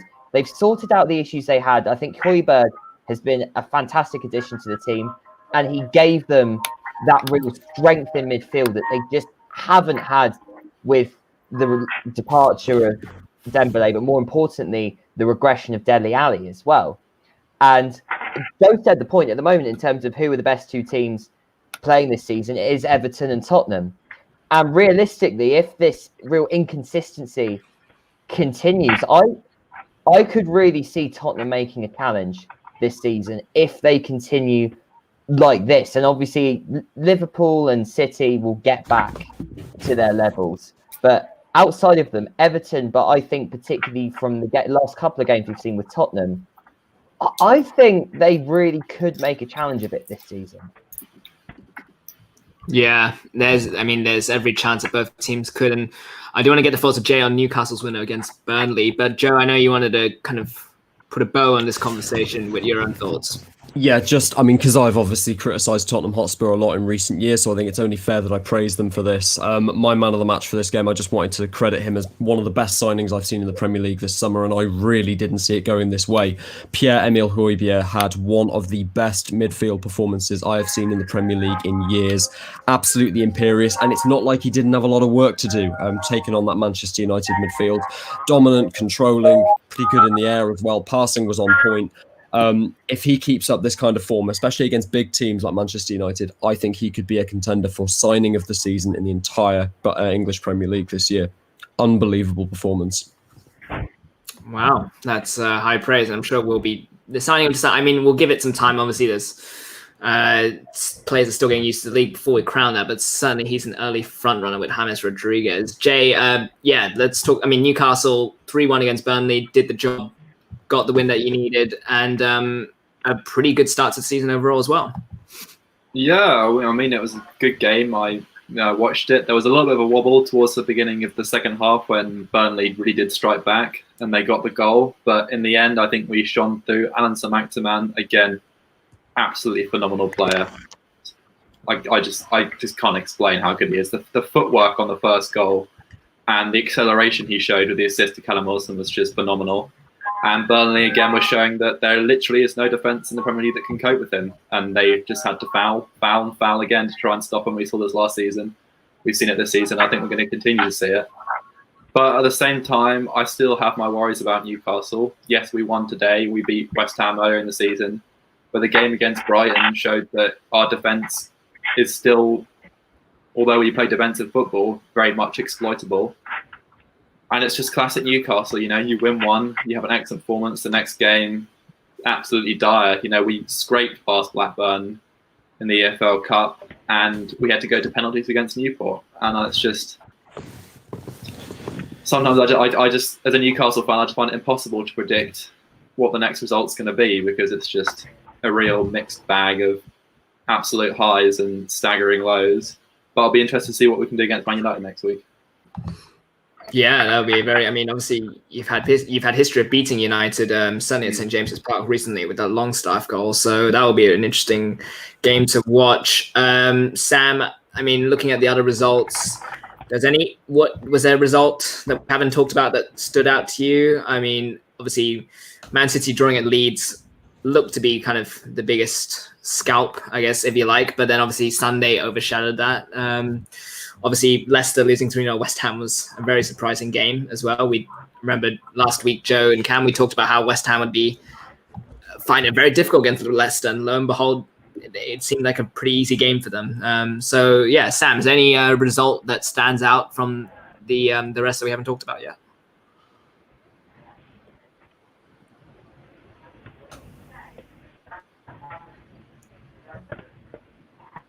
Right. That work? Shit. Seems to be some degree of technical difficulties. Is there technical difficulties? Wait. Sam, can you hear us? Hang on. I will. You know what? I'll remove him for a sec. Yeah. Ben, was there any other? I mean, same question, I guess. Was there any result that kind of stood out to you besides obviously the ones we've talked about as being noteworthy? I think I'd give a mention to obviously West Ham beating Leicester 3-0. I think it was very, very surprising game. I only watched the highlights, but just on West Ham, I really did think that they were a goner, to be honest. And then I also think that with David Moyes' appointment, as a Man United fan, I'm not a fan of him, but I think that he's doing really well, and I think he's doing the best that he can there. I think that is another club who really have some background issues with the backroom staff and directors and everything, and owners, all of it. So I think I don't know. It's positive. It's positive for them, and I think it's very difficult for those supporters as well.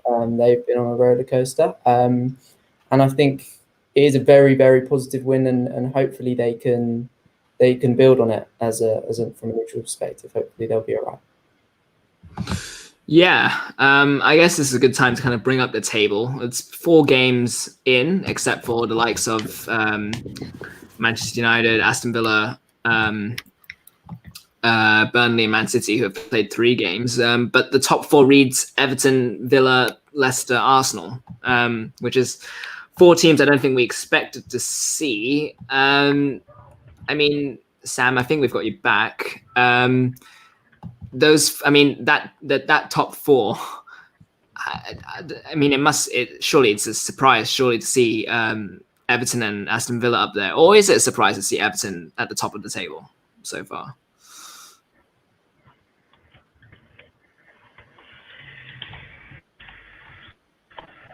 Same issues, but it looks to this. Yeah, hang on. I'll ask you, Joe, that same question then. How surprising is it to see Everton up front and then the likes of Leicester, Villa in that top 3 as well? Honestly, not very surprising. I went into the season fully expecting Everton to break into the top 6, what with the complete midfield overhaul that we've seen under Ancelotti, not to mention the fact he's just an unbelievably good manager, failure at Napoli either notwithstanding. But yeah, I mean, it's not surprising to see them as high up the table as they are, especially considering Calvert-Lewin was awarded, I think, fairly so player of the month for September. So them being top of the table is not surprising. And again, we are only 4 match days in, 3 for most sides. So you can't really read into it. It's too early in the season to say who are definitive successes and failures. As for Leicester as well, good results at the start of the season. They had one difficult fixture away at Man City and absolutely destroyed them. That 3-point swing is enough to decide about 5 places in this table at the moment. Same goes for Arsenal. They had a loss against Liverpool, but aside from that, they've looked significantly improved, especially at the back. Gabriel Magalhaes bringing that team up to the top. Aston Villa as well. I mean, again, I'd say no difficult fixtures, but it's that one result against Liverpool that makes the difference. So it's too early in the season to really make any deep analysis in terms of where teams are in the table. But yeah, some storylines already developing, namely the fact that Liverpool and Manchester United have an awful lot of work to do. Yeah. Jay, is there a team that's kind of stood out? I mean, obviously Newcastle have had a pretty decent start, but is there another team that stands out to you to have made a better start than you anticipated, or a really encouraging start nonetheless? Well, I think we've already obviously said a lot about Everton, and I thought Ancelotti, towards the end of the season, there were some good results coming through, but this season, I think he's just really cemented what he'd been working on previously and made some great signings. I think James Rodriguez is a brilliant signing. But a team we haven't really talked about so far, we've talked a little bit about them, was Leeds. I really wasn't expecting Patrick Bamford to be making any impact in the Premier League. I thought he was going to be another, kind of Dwight Gale case in the kind of Newcastle context, where brilliant in the Championship. And I was seeing the kind of goals he was scoring in the Championship. I wasn't thinking that was going to become possible up against the much more stringent defences the Premier League has to offer. But he's proved me wrong on multiple occasions, and I think it'll be interesting to see if they do a Sheffield, because Sheffield had a brilliant season last season, but this season they've kind of dropped off a bit. Yes, they lost Dean Henderson. They couldn't never money to sign him, but Aaron Ramsdale is more than capable keeper. But I think Leeds will be an interesting story to see if they can keep up. Yes, hang on. Sorry, I'm just going to add Sam back into the thing. There we go. Sam, I mean, we look at the table. Leeds are 8th, West Brom are 17th, and Fulham are 20th of the 3 teams that got promoted. Is that a surprise to you, having watched the Championship? Was it a surprise to see Leeds as streaks ahead of the other 2, and then West Brom and Fulham are still kind of feeling their way into this top flight season? It's not a surprise at all, honestly. Leeds were not a Championship side. They haven't been since Bielsa's been there. If you watch them in the Championship days the past couple of years, they are a step above everyone else. They're relentless. It's just the fact that the Championship doesn't actually rely on quality generally. It's consistency, and Bielsa's plays such an intense game of football that they'd often drift off towards the end of the season, and everyone can make their jokes. But as a footballing side, they are. I rate them so highly. Patrick Bamford's hilarious because I don't understand, but fair play to him. Fulham is not surprising either. They shouldn't have gone up, in my opinion. Brentford were by far the better team. Fulham did very well to get promoted. Scott Parker should be praised, but they really weren't impressive last year at all. Not near Fulham. Not near Leeds at all. West Brom, slightly predictable. I'm sure they could stay in the league. They were good last year, but they very much are. I don't know. They're sort of they're at that quality that lots of teams sort of are coming up from the Championship, where you're a bit in between. They've got a good side, but Leeds, not surprised at all. I thought from day one that as soon as they went up, they'd make a name for themselves. Bielsa is not messing around. He sits on his bucket and he plays his style, and I'm not surprised that they are where they are, and I'm sure they'll continue to be relentless this year. Yeah, I love how, regardless of where he goes, the bucket will go to. And I've been fascinated by that as much as Leeds' style of play. Joe, do you have a team you want to quickly mention? Yes, just very quickly, because they've had one hell of an awful fixture list at the start of the year. Brighton and Hove Albion, I know they're only on 3 points. They're down the table. They've had realistically one winnable game so far away at Newcastle, and they won 3-0. This is a much better team, at least in terms of how they're playing at the moment, than their position in the table would suggest. I said a few weeks ago, I think Graham Potter might be the best English manager at the moment. I still hold true to that. Brighton are going to come up the table. Very impressive start to the season. They've just come up against some very difficult sides. You're going to anger a lot of Chelsea fans by making that statement. You do realise. What do I care? No, and also some Crystal Palace fans, maybe. I have no idea. Same. I don't care. Obviously, Ben, table looks grim reading for you, but also Manchester City. Both of you guys are in the bottom half, which is a really odd sight to see. This should be taken care of pretty soon. You would think, right? They should be back in the top 8 surely as soon as. I guess they both had long seasons due to the European season being extended. So it's only a matter of time, isn't it, before they kind of both teams get themselves out of where they are at the moment.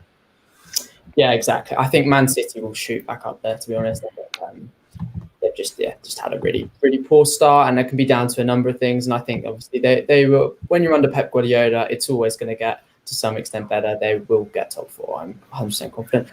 Manchester United, as negative as I have been, we still have very good players, and we can still win football games. So I'm sure, we'll go up steadily. I'm honestly can see us definitely out of the top 6, to be honest. But that target, I can't believe I'm saying this, but target 7 and 8, and that will be probably what I expect, sadly. But yeah, both teams, there's too much quality there for them not to rise up the table. Yeah, and just a final note, Cam, the other team that's struggling at the moment, Sheffield United, obviously Ryan Brewster for 23.5 million. You can argue if he's worth the fee or not. That's another conversation for sure. But should we be worried? Should the alarm bell start ringing for them, or do you reckon again it'll just take some time to get themselves back into their best form? Obviously, they're missing Jack O'Connell, who's probably one of their best defenders as well. So is it a case of just being patient with them and being able to get themselves out of the 19th spot?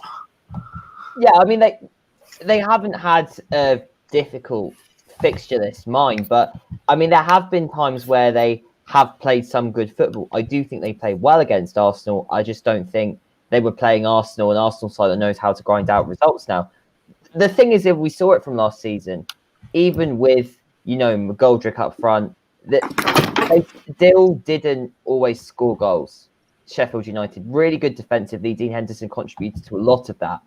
And as you said, arguably their best defender is out at the moment. But Sheffield United, obviously second season syndrome, I think is something that is hitting them slightly.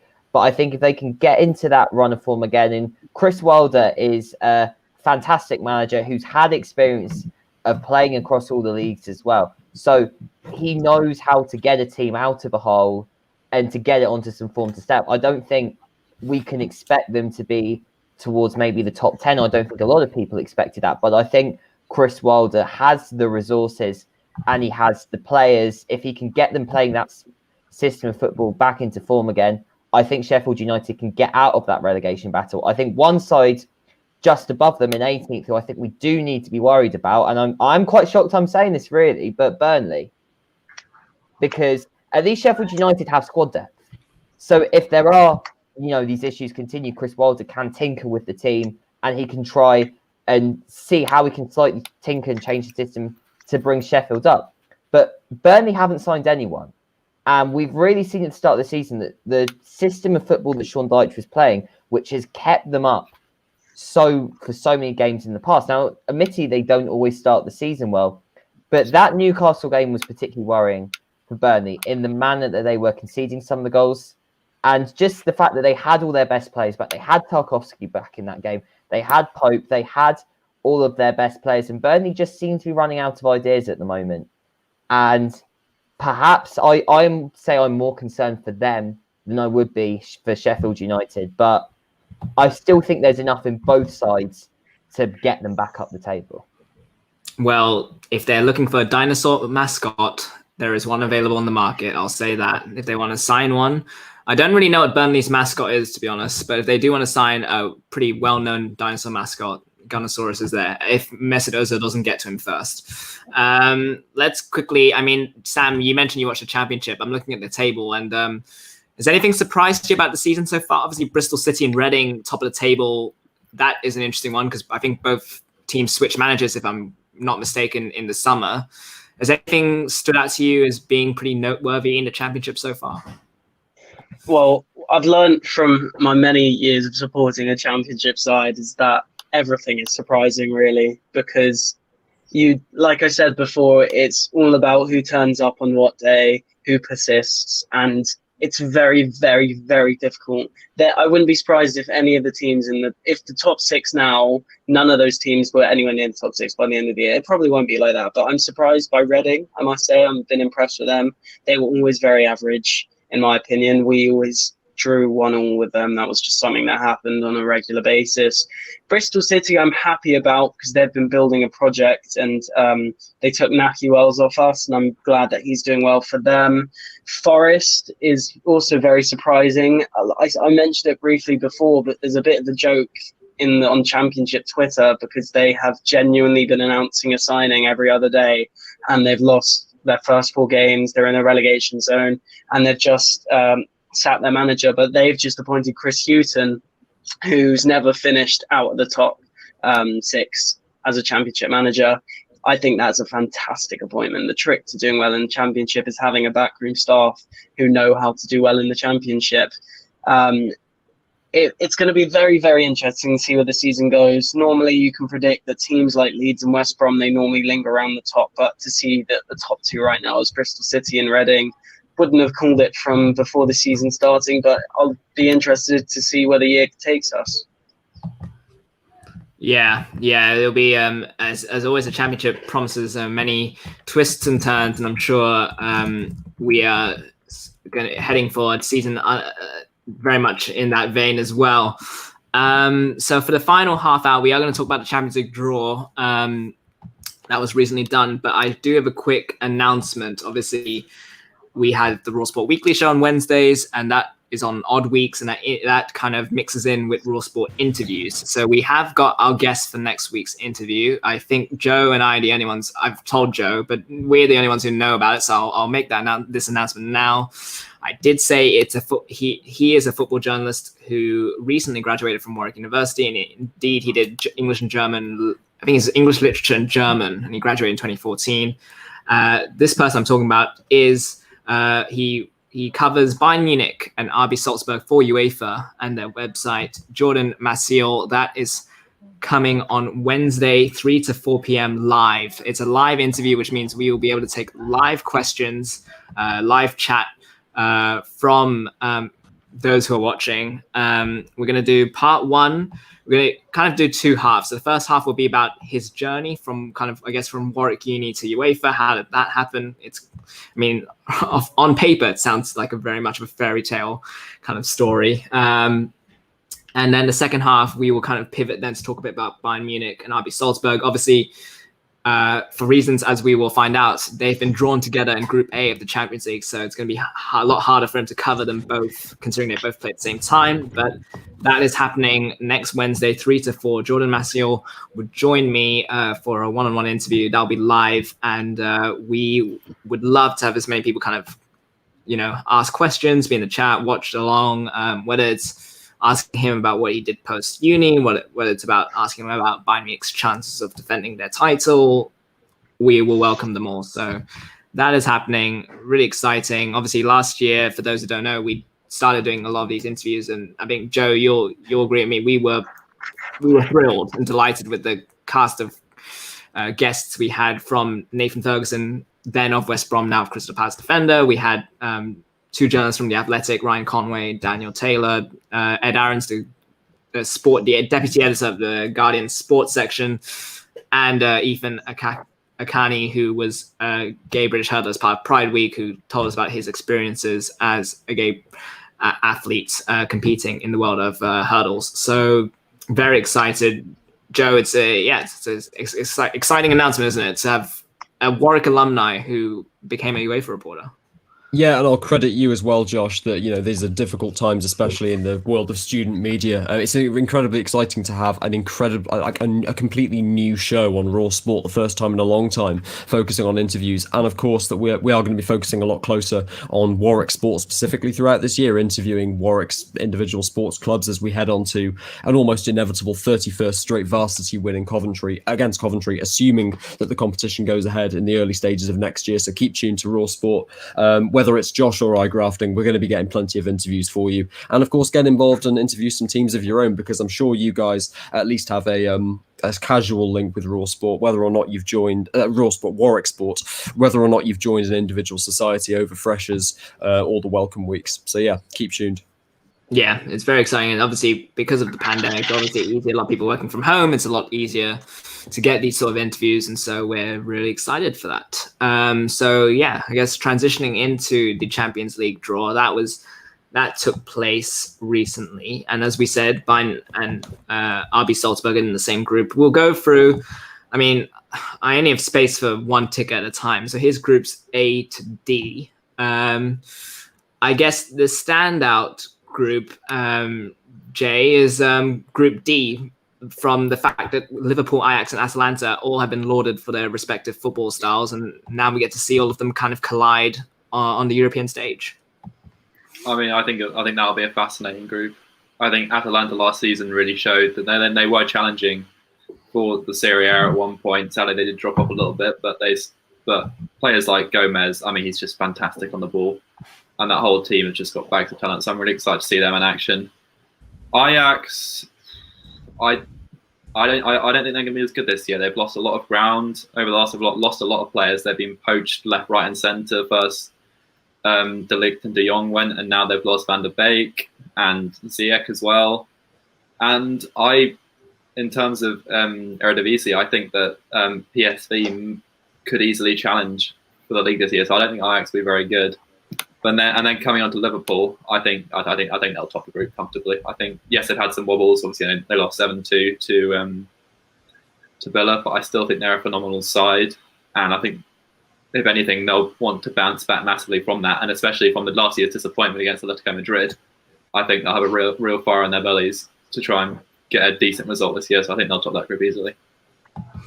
Yeah, it certainly feels like the hipsters group for sure in terms of attacking football styles. I mean, Group C, Cam, the joke is Manchester City seem to get off lightly in terms of these Champions League groupings, and lo and behold, they appear to have dodged a lot of the big guns and have got a pretty favorable group. What do you kind of expect from them? Obviously, they'll probably go through, but do you reckon this will be the year that they kind of make their run at the Champions League? Because they got close-ish if you count the quarterfinals, but if not for some tinkering, they could have made it past Lyon and then who knows what. So yeah, how optimistic are you of their chances when you look at their group? And then, I mean, how far do you reckon they can go?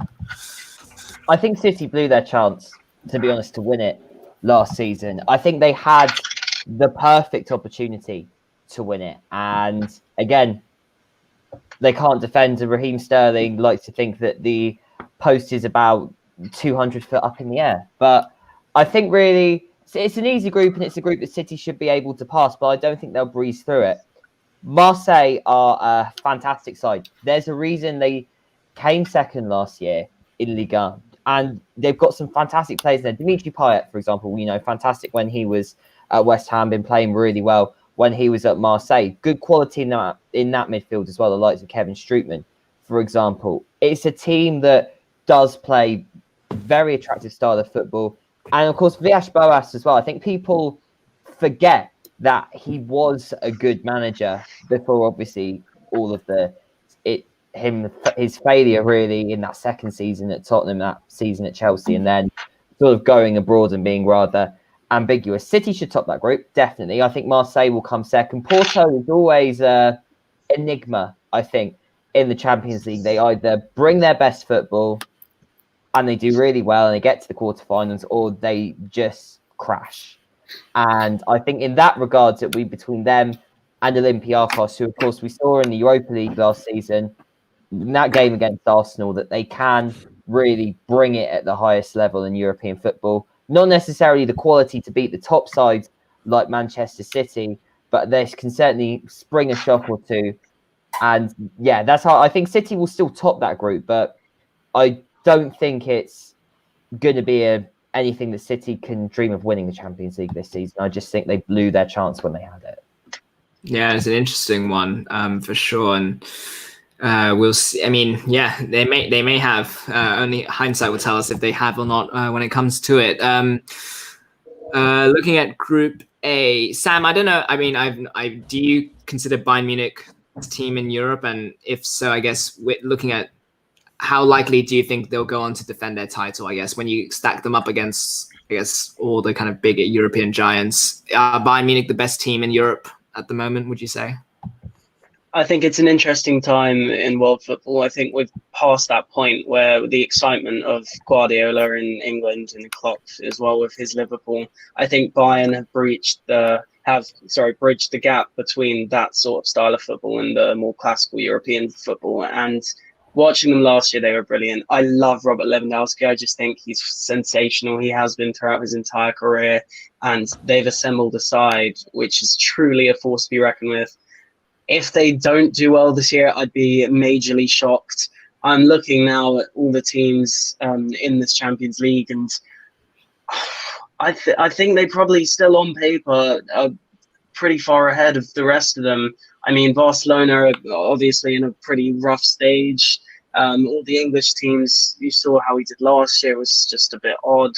Real Madrid, I guess, but even then, I don't know. Yeah, I think it's quite obvious. And I think last year we all knew Bayern were going to go on to win it. And personally, I think I would still say that they're pretty far ahead as the best team in Europe. And if they don't do well this year, I'd be surprised. But you never know. We'll see what happens.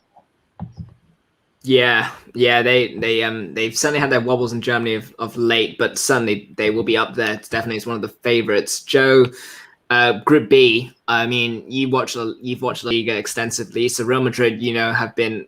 I mean, they were on a tear at the end of last season, post the restart of the league, and then also Inter. If you don't have Juve winning the title, I can only assume you have Inter maybe winning the title.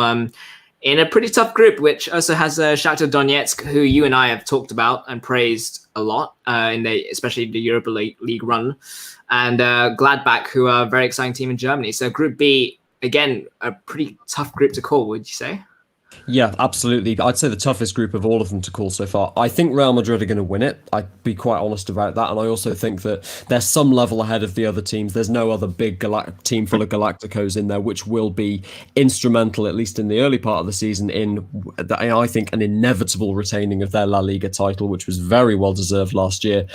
In terms of the second place, though, I mean, there's arguments for and against every single one of these teams. In terms of organisation, I think Shakhtar Donetsk are comfortably the best of these teams, at least in terms of European defending. They've held on to an awful lot of their star players. Think Junior Moraes, think Marlos, think Ismaili at left back. But if you don't know who these players are, quite frankly, I don't blame you. If you're talking about squad personnel, they're probably the weakest team in this group. Gladbach are probably your favourite team in Germany, my favourite team in Germany.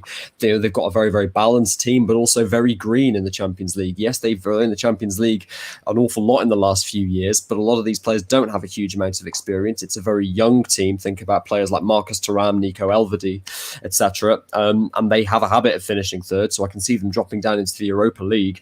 On paper, Inter are comfortably the second best team in this group. They can win Serie A this year. Holding on to Antonio Conte is crucial. Ashraf Hakimi is the right wing back they've been looking for years. He's absolutely tearing the league a new one. But Antonio Conte and Inter have a really bad record in the Champions League. Conte was pretty damn poor in the group stage in his second season at Chelsea. He was often getting eliminated in the group stage when he was manager of Juventus, despite winning Serie A with over 100 points. So ultimately, I haven't got that many... thanks, Enoch. I haven't got that many hopes for Inter so far in the Champions League this year. Again, I suspect it's going to be stage one of the project is to win Serie A. European success comes afterwards. Muted again, Josh. Goodness sake, honestly, we didn't have this problem in the studio, I swear. But Ben, we'll get on to Man United's group in the second half of this ticker, but as a neutral, when you look at all these four groups, is there a group as a neutral you're excited for to watch as someone non-invested in any of these teams here in front of you? Yes, I think Group A, I'm really excited for Bayern Munich Atletico. We know that Bayern Munich play that extremely high intensity football, which obviously won them the Champions League. It's amazing, it's great. However, I cannot think of a better team to play that than Atletico Madrid, a team that is probably the best counter-attacking team and most defensively organised in the world. And I think that is going to be such an interesting lineup because Bayern Munich will have to lower their line. They cannot play that high with João Felix in there. They cannot play that high with the speed of Atletico Madrid counter-attacking. I feel like that is a real tactically interesting game to watch. So that's probably the one I'm most excited to see. Yeah, I'll be very interested to get Jordan's thoughts on it. And also RB Salzburg, very, Patson Dakar is a very exciting talent in Austria, and obviously Dominic Szoboszlai. Have I said it right, Joe? Have I pronounced his name right? Szoboszlai. There we go. Another very exciting talent as well. So that's an interesting group. Thanks, Enoch. Yeah, I've the mute thing's really annoying. But yeah, thanks for sympathizing. And you can catch Enoch with his Raw News shows as well that happen across the week, whether it's Insight and the new podcast, Elephants and Donkeys, as well on US politics. Speaking of which, moving on to Group E to H. And Ben, I guess we'll just come back to you. Was this your worst nightmare as a Man United fan, getting one? I mean, you're getting two semi-finalists in PSG and RB Leipzig, and also you're getting a trip to Turkey, which is not ideal for Man United given the nature of this kind of season, this kind of compressed season with a lot of games. Yeah, exactly. I probably come across as the world's most negative fan, but I can't see us getting through, to be honest. I cannot see.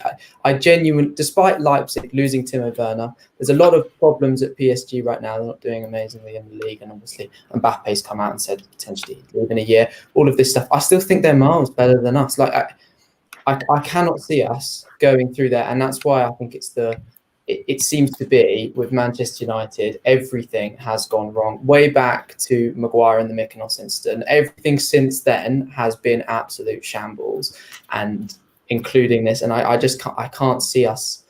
I can really see us coming third in this group and not making it through. I think they're two very good teams, and I think it's just going to add to a highly disappointing season from us again.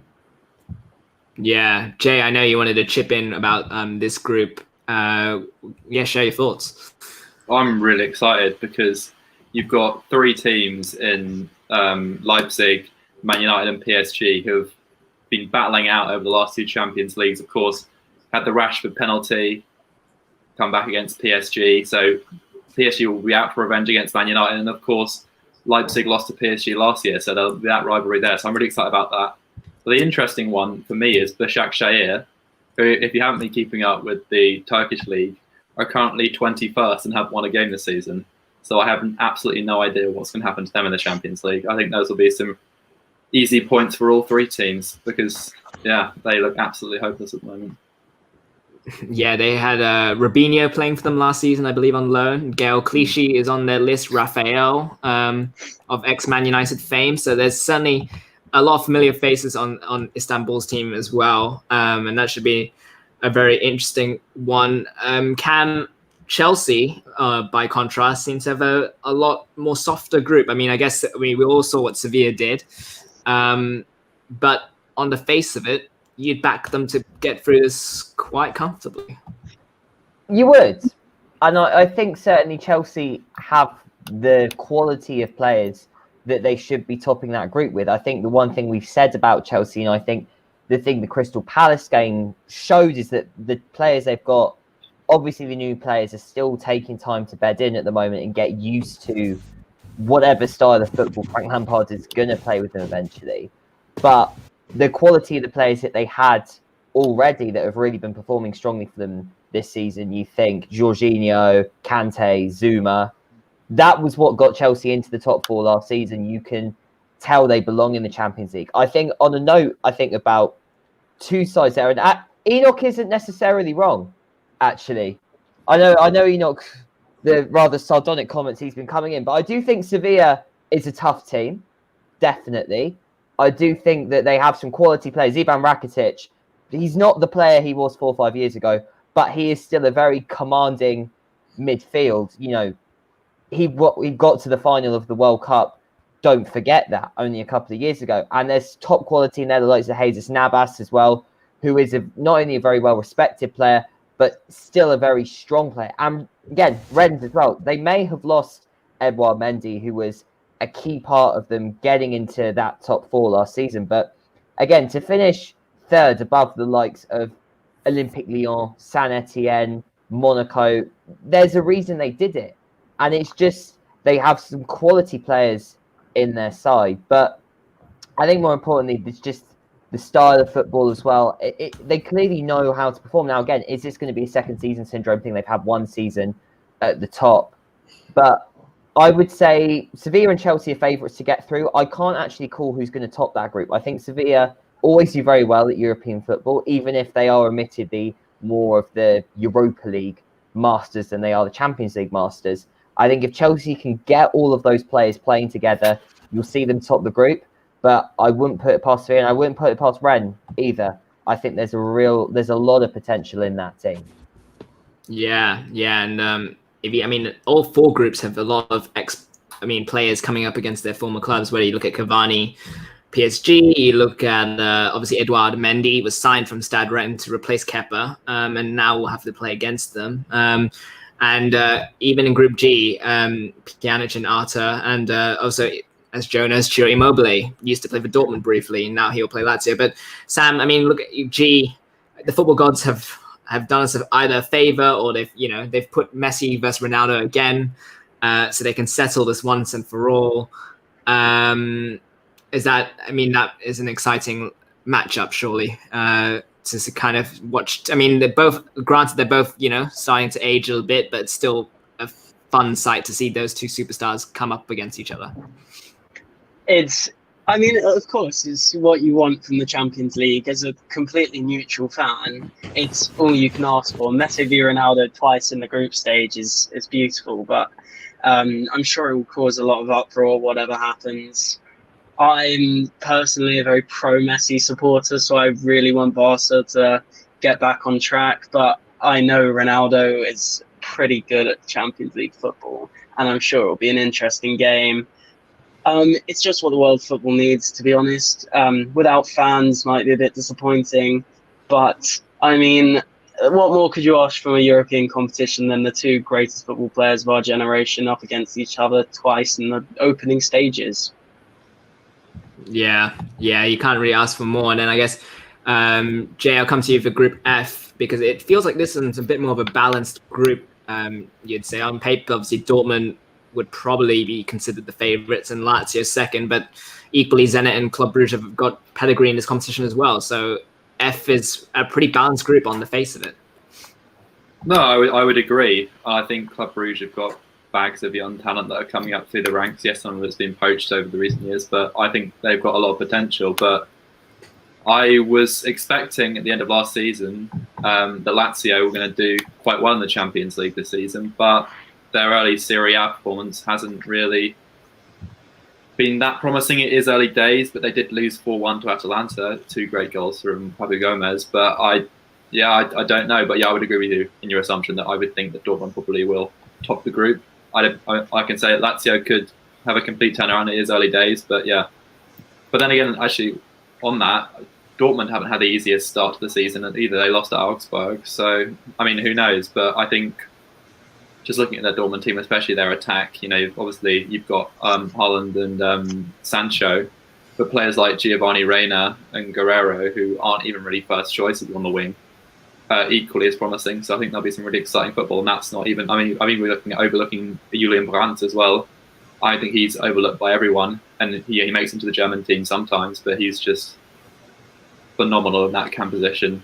The balls he sees and the runs he makes into the box, and he scores some phenomenal goals from that. So yeah, I'm really excited about Group F. Yeah, and so Joe, I kind of leave it to you kind of to give the final word on all 4 groups. Is there one that kind of catches your eye when you look at E to H? H is interesting because it's box office, as is the Juve versus Barca group, which is box office for UEFA more than anything else. The one that I'm attracted to most is Group F, simply because two of my least favourite teams in the world, Lazio and Zenit St. Petersburg, have been lumped into the same group. Honestly, after how bad Lazio have been at the beginning of this season and how they got dumped out of the Europa League group stage by Cluj-Napoca and Celtic last year, I have not got many hopes for them whatsoever. They are not a team that focuses on European football. If they don't get out of this group, honestly, it's a disgrace in the face of Italian football. I don't think they're going to. I'm going to make a bold prediction. Dortmund are going to win that group. Club Brugge are going to come second. I'm not convinced by Zenit or Lazio in the Champions League. Can I just ask, what is your beef with Zenit? I know your beef with Lazio. Beef with Zenit? Excuse me, Have you seen their fans? No, I'm just asking, Joe. I mean, it's their fans, mate. They're the worst. Sorry if there's any Zenit fans. Well, actually, no. Not sorry if there's any Zenit fans watching. Comfortably the most xenophobic fans in Europe. You've annoyed a number of teams' fans today. I don't think. I mean, Zenit's just another one on the list, to be honest. Yeah. So, yeah, come for me. I don't care. Okay. Well, you can find Joe Spagnoli at Joe_Spagnoli on Twitter, and share your viewpoints with him if they clash. I guess quickly. I mean, I know it's too early to pick a winner of the tournament, but who do we reckon it is? Do we reckon it'll be an English side? Do we think it'll be Bayern Munich again? We'll go around the horn. Ben, you sound like you're not picking Man United.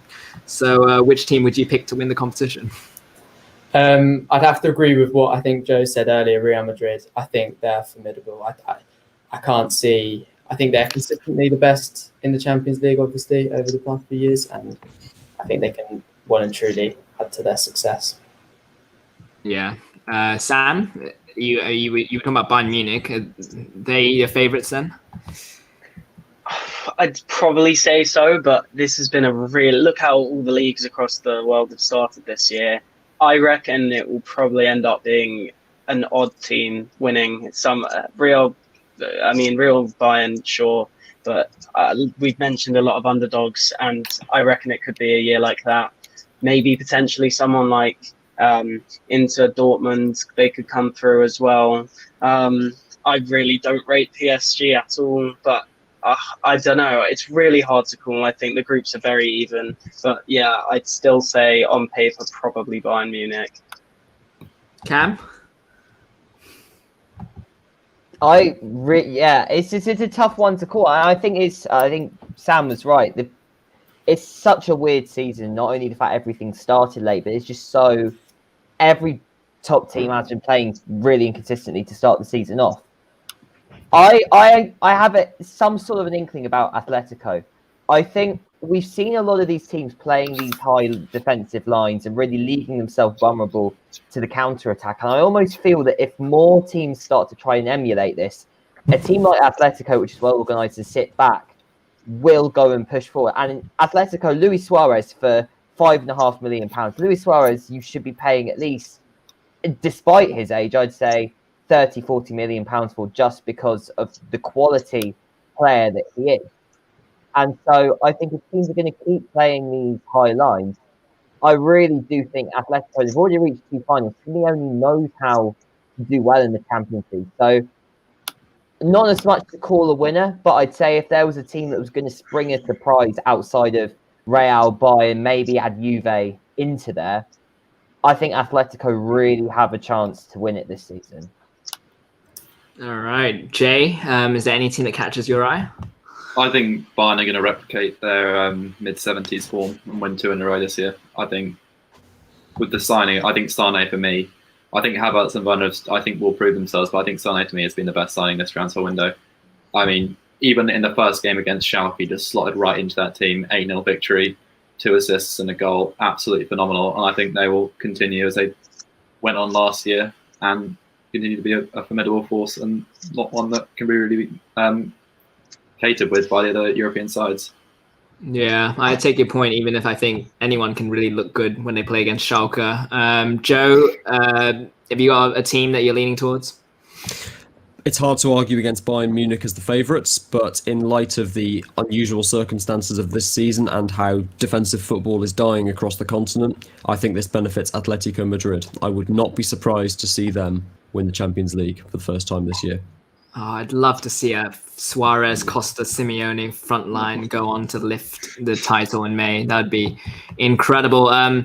We don't have time for the Europa League, although I feel like, looking at the groups, you'd probably expect Arsenal to get through there. Leicester, Spurs, Joe. I mean, we're both excited for Roma's group, partly because the most hipster group ever, comfortably.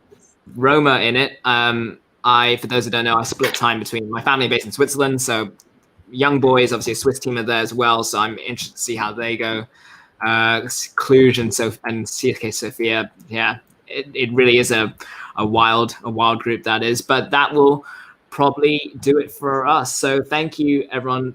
Thank you to Ben, Cam, Sam, Jay, and of course Joe for joining me today. We will be back with obviously the interview on Wednesday, a live one, so feel free to watch that and send in questions. And then Saturday we'll be back with another Quaran-Stream previewing that week's Premier League action and I guess any other major football news. So thank you to everyone who's joined us. Remember, all our socials are in the video description at the bottom, so you can follow us on social media, join our Fantasy Premier League league, or even listen to our interviews on Spotify as well. And we will be back next week. So thank you for watching.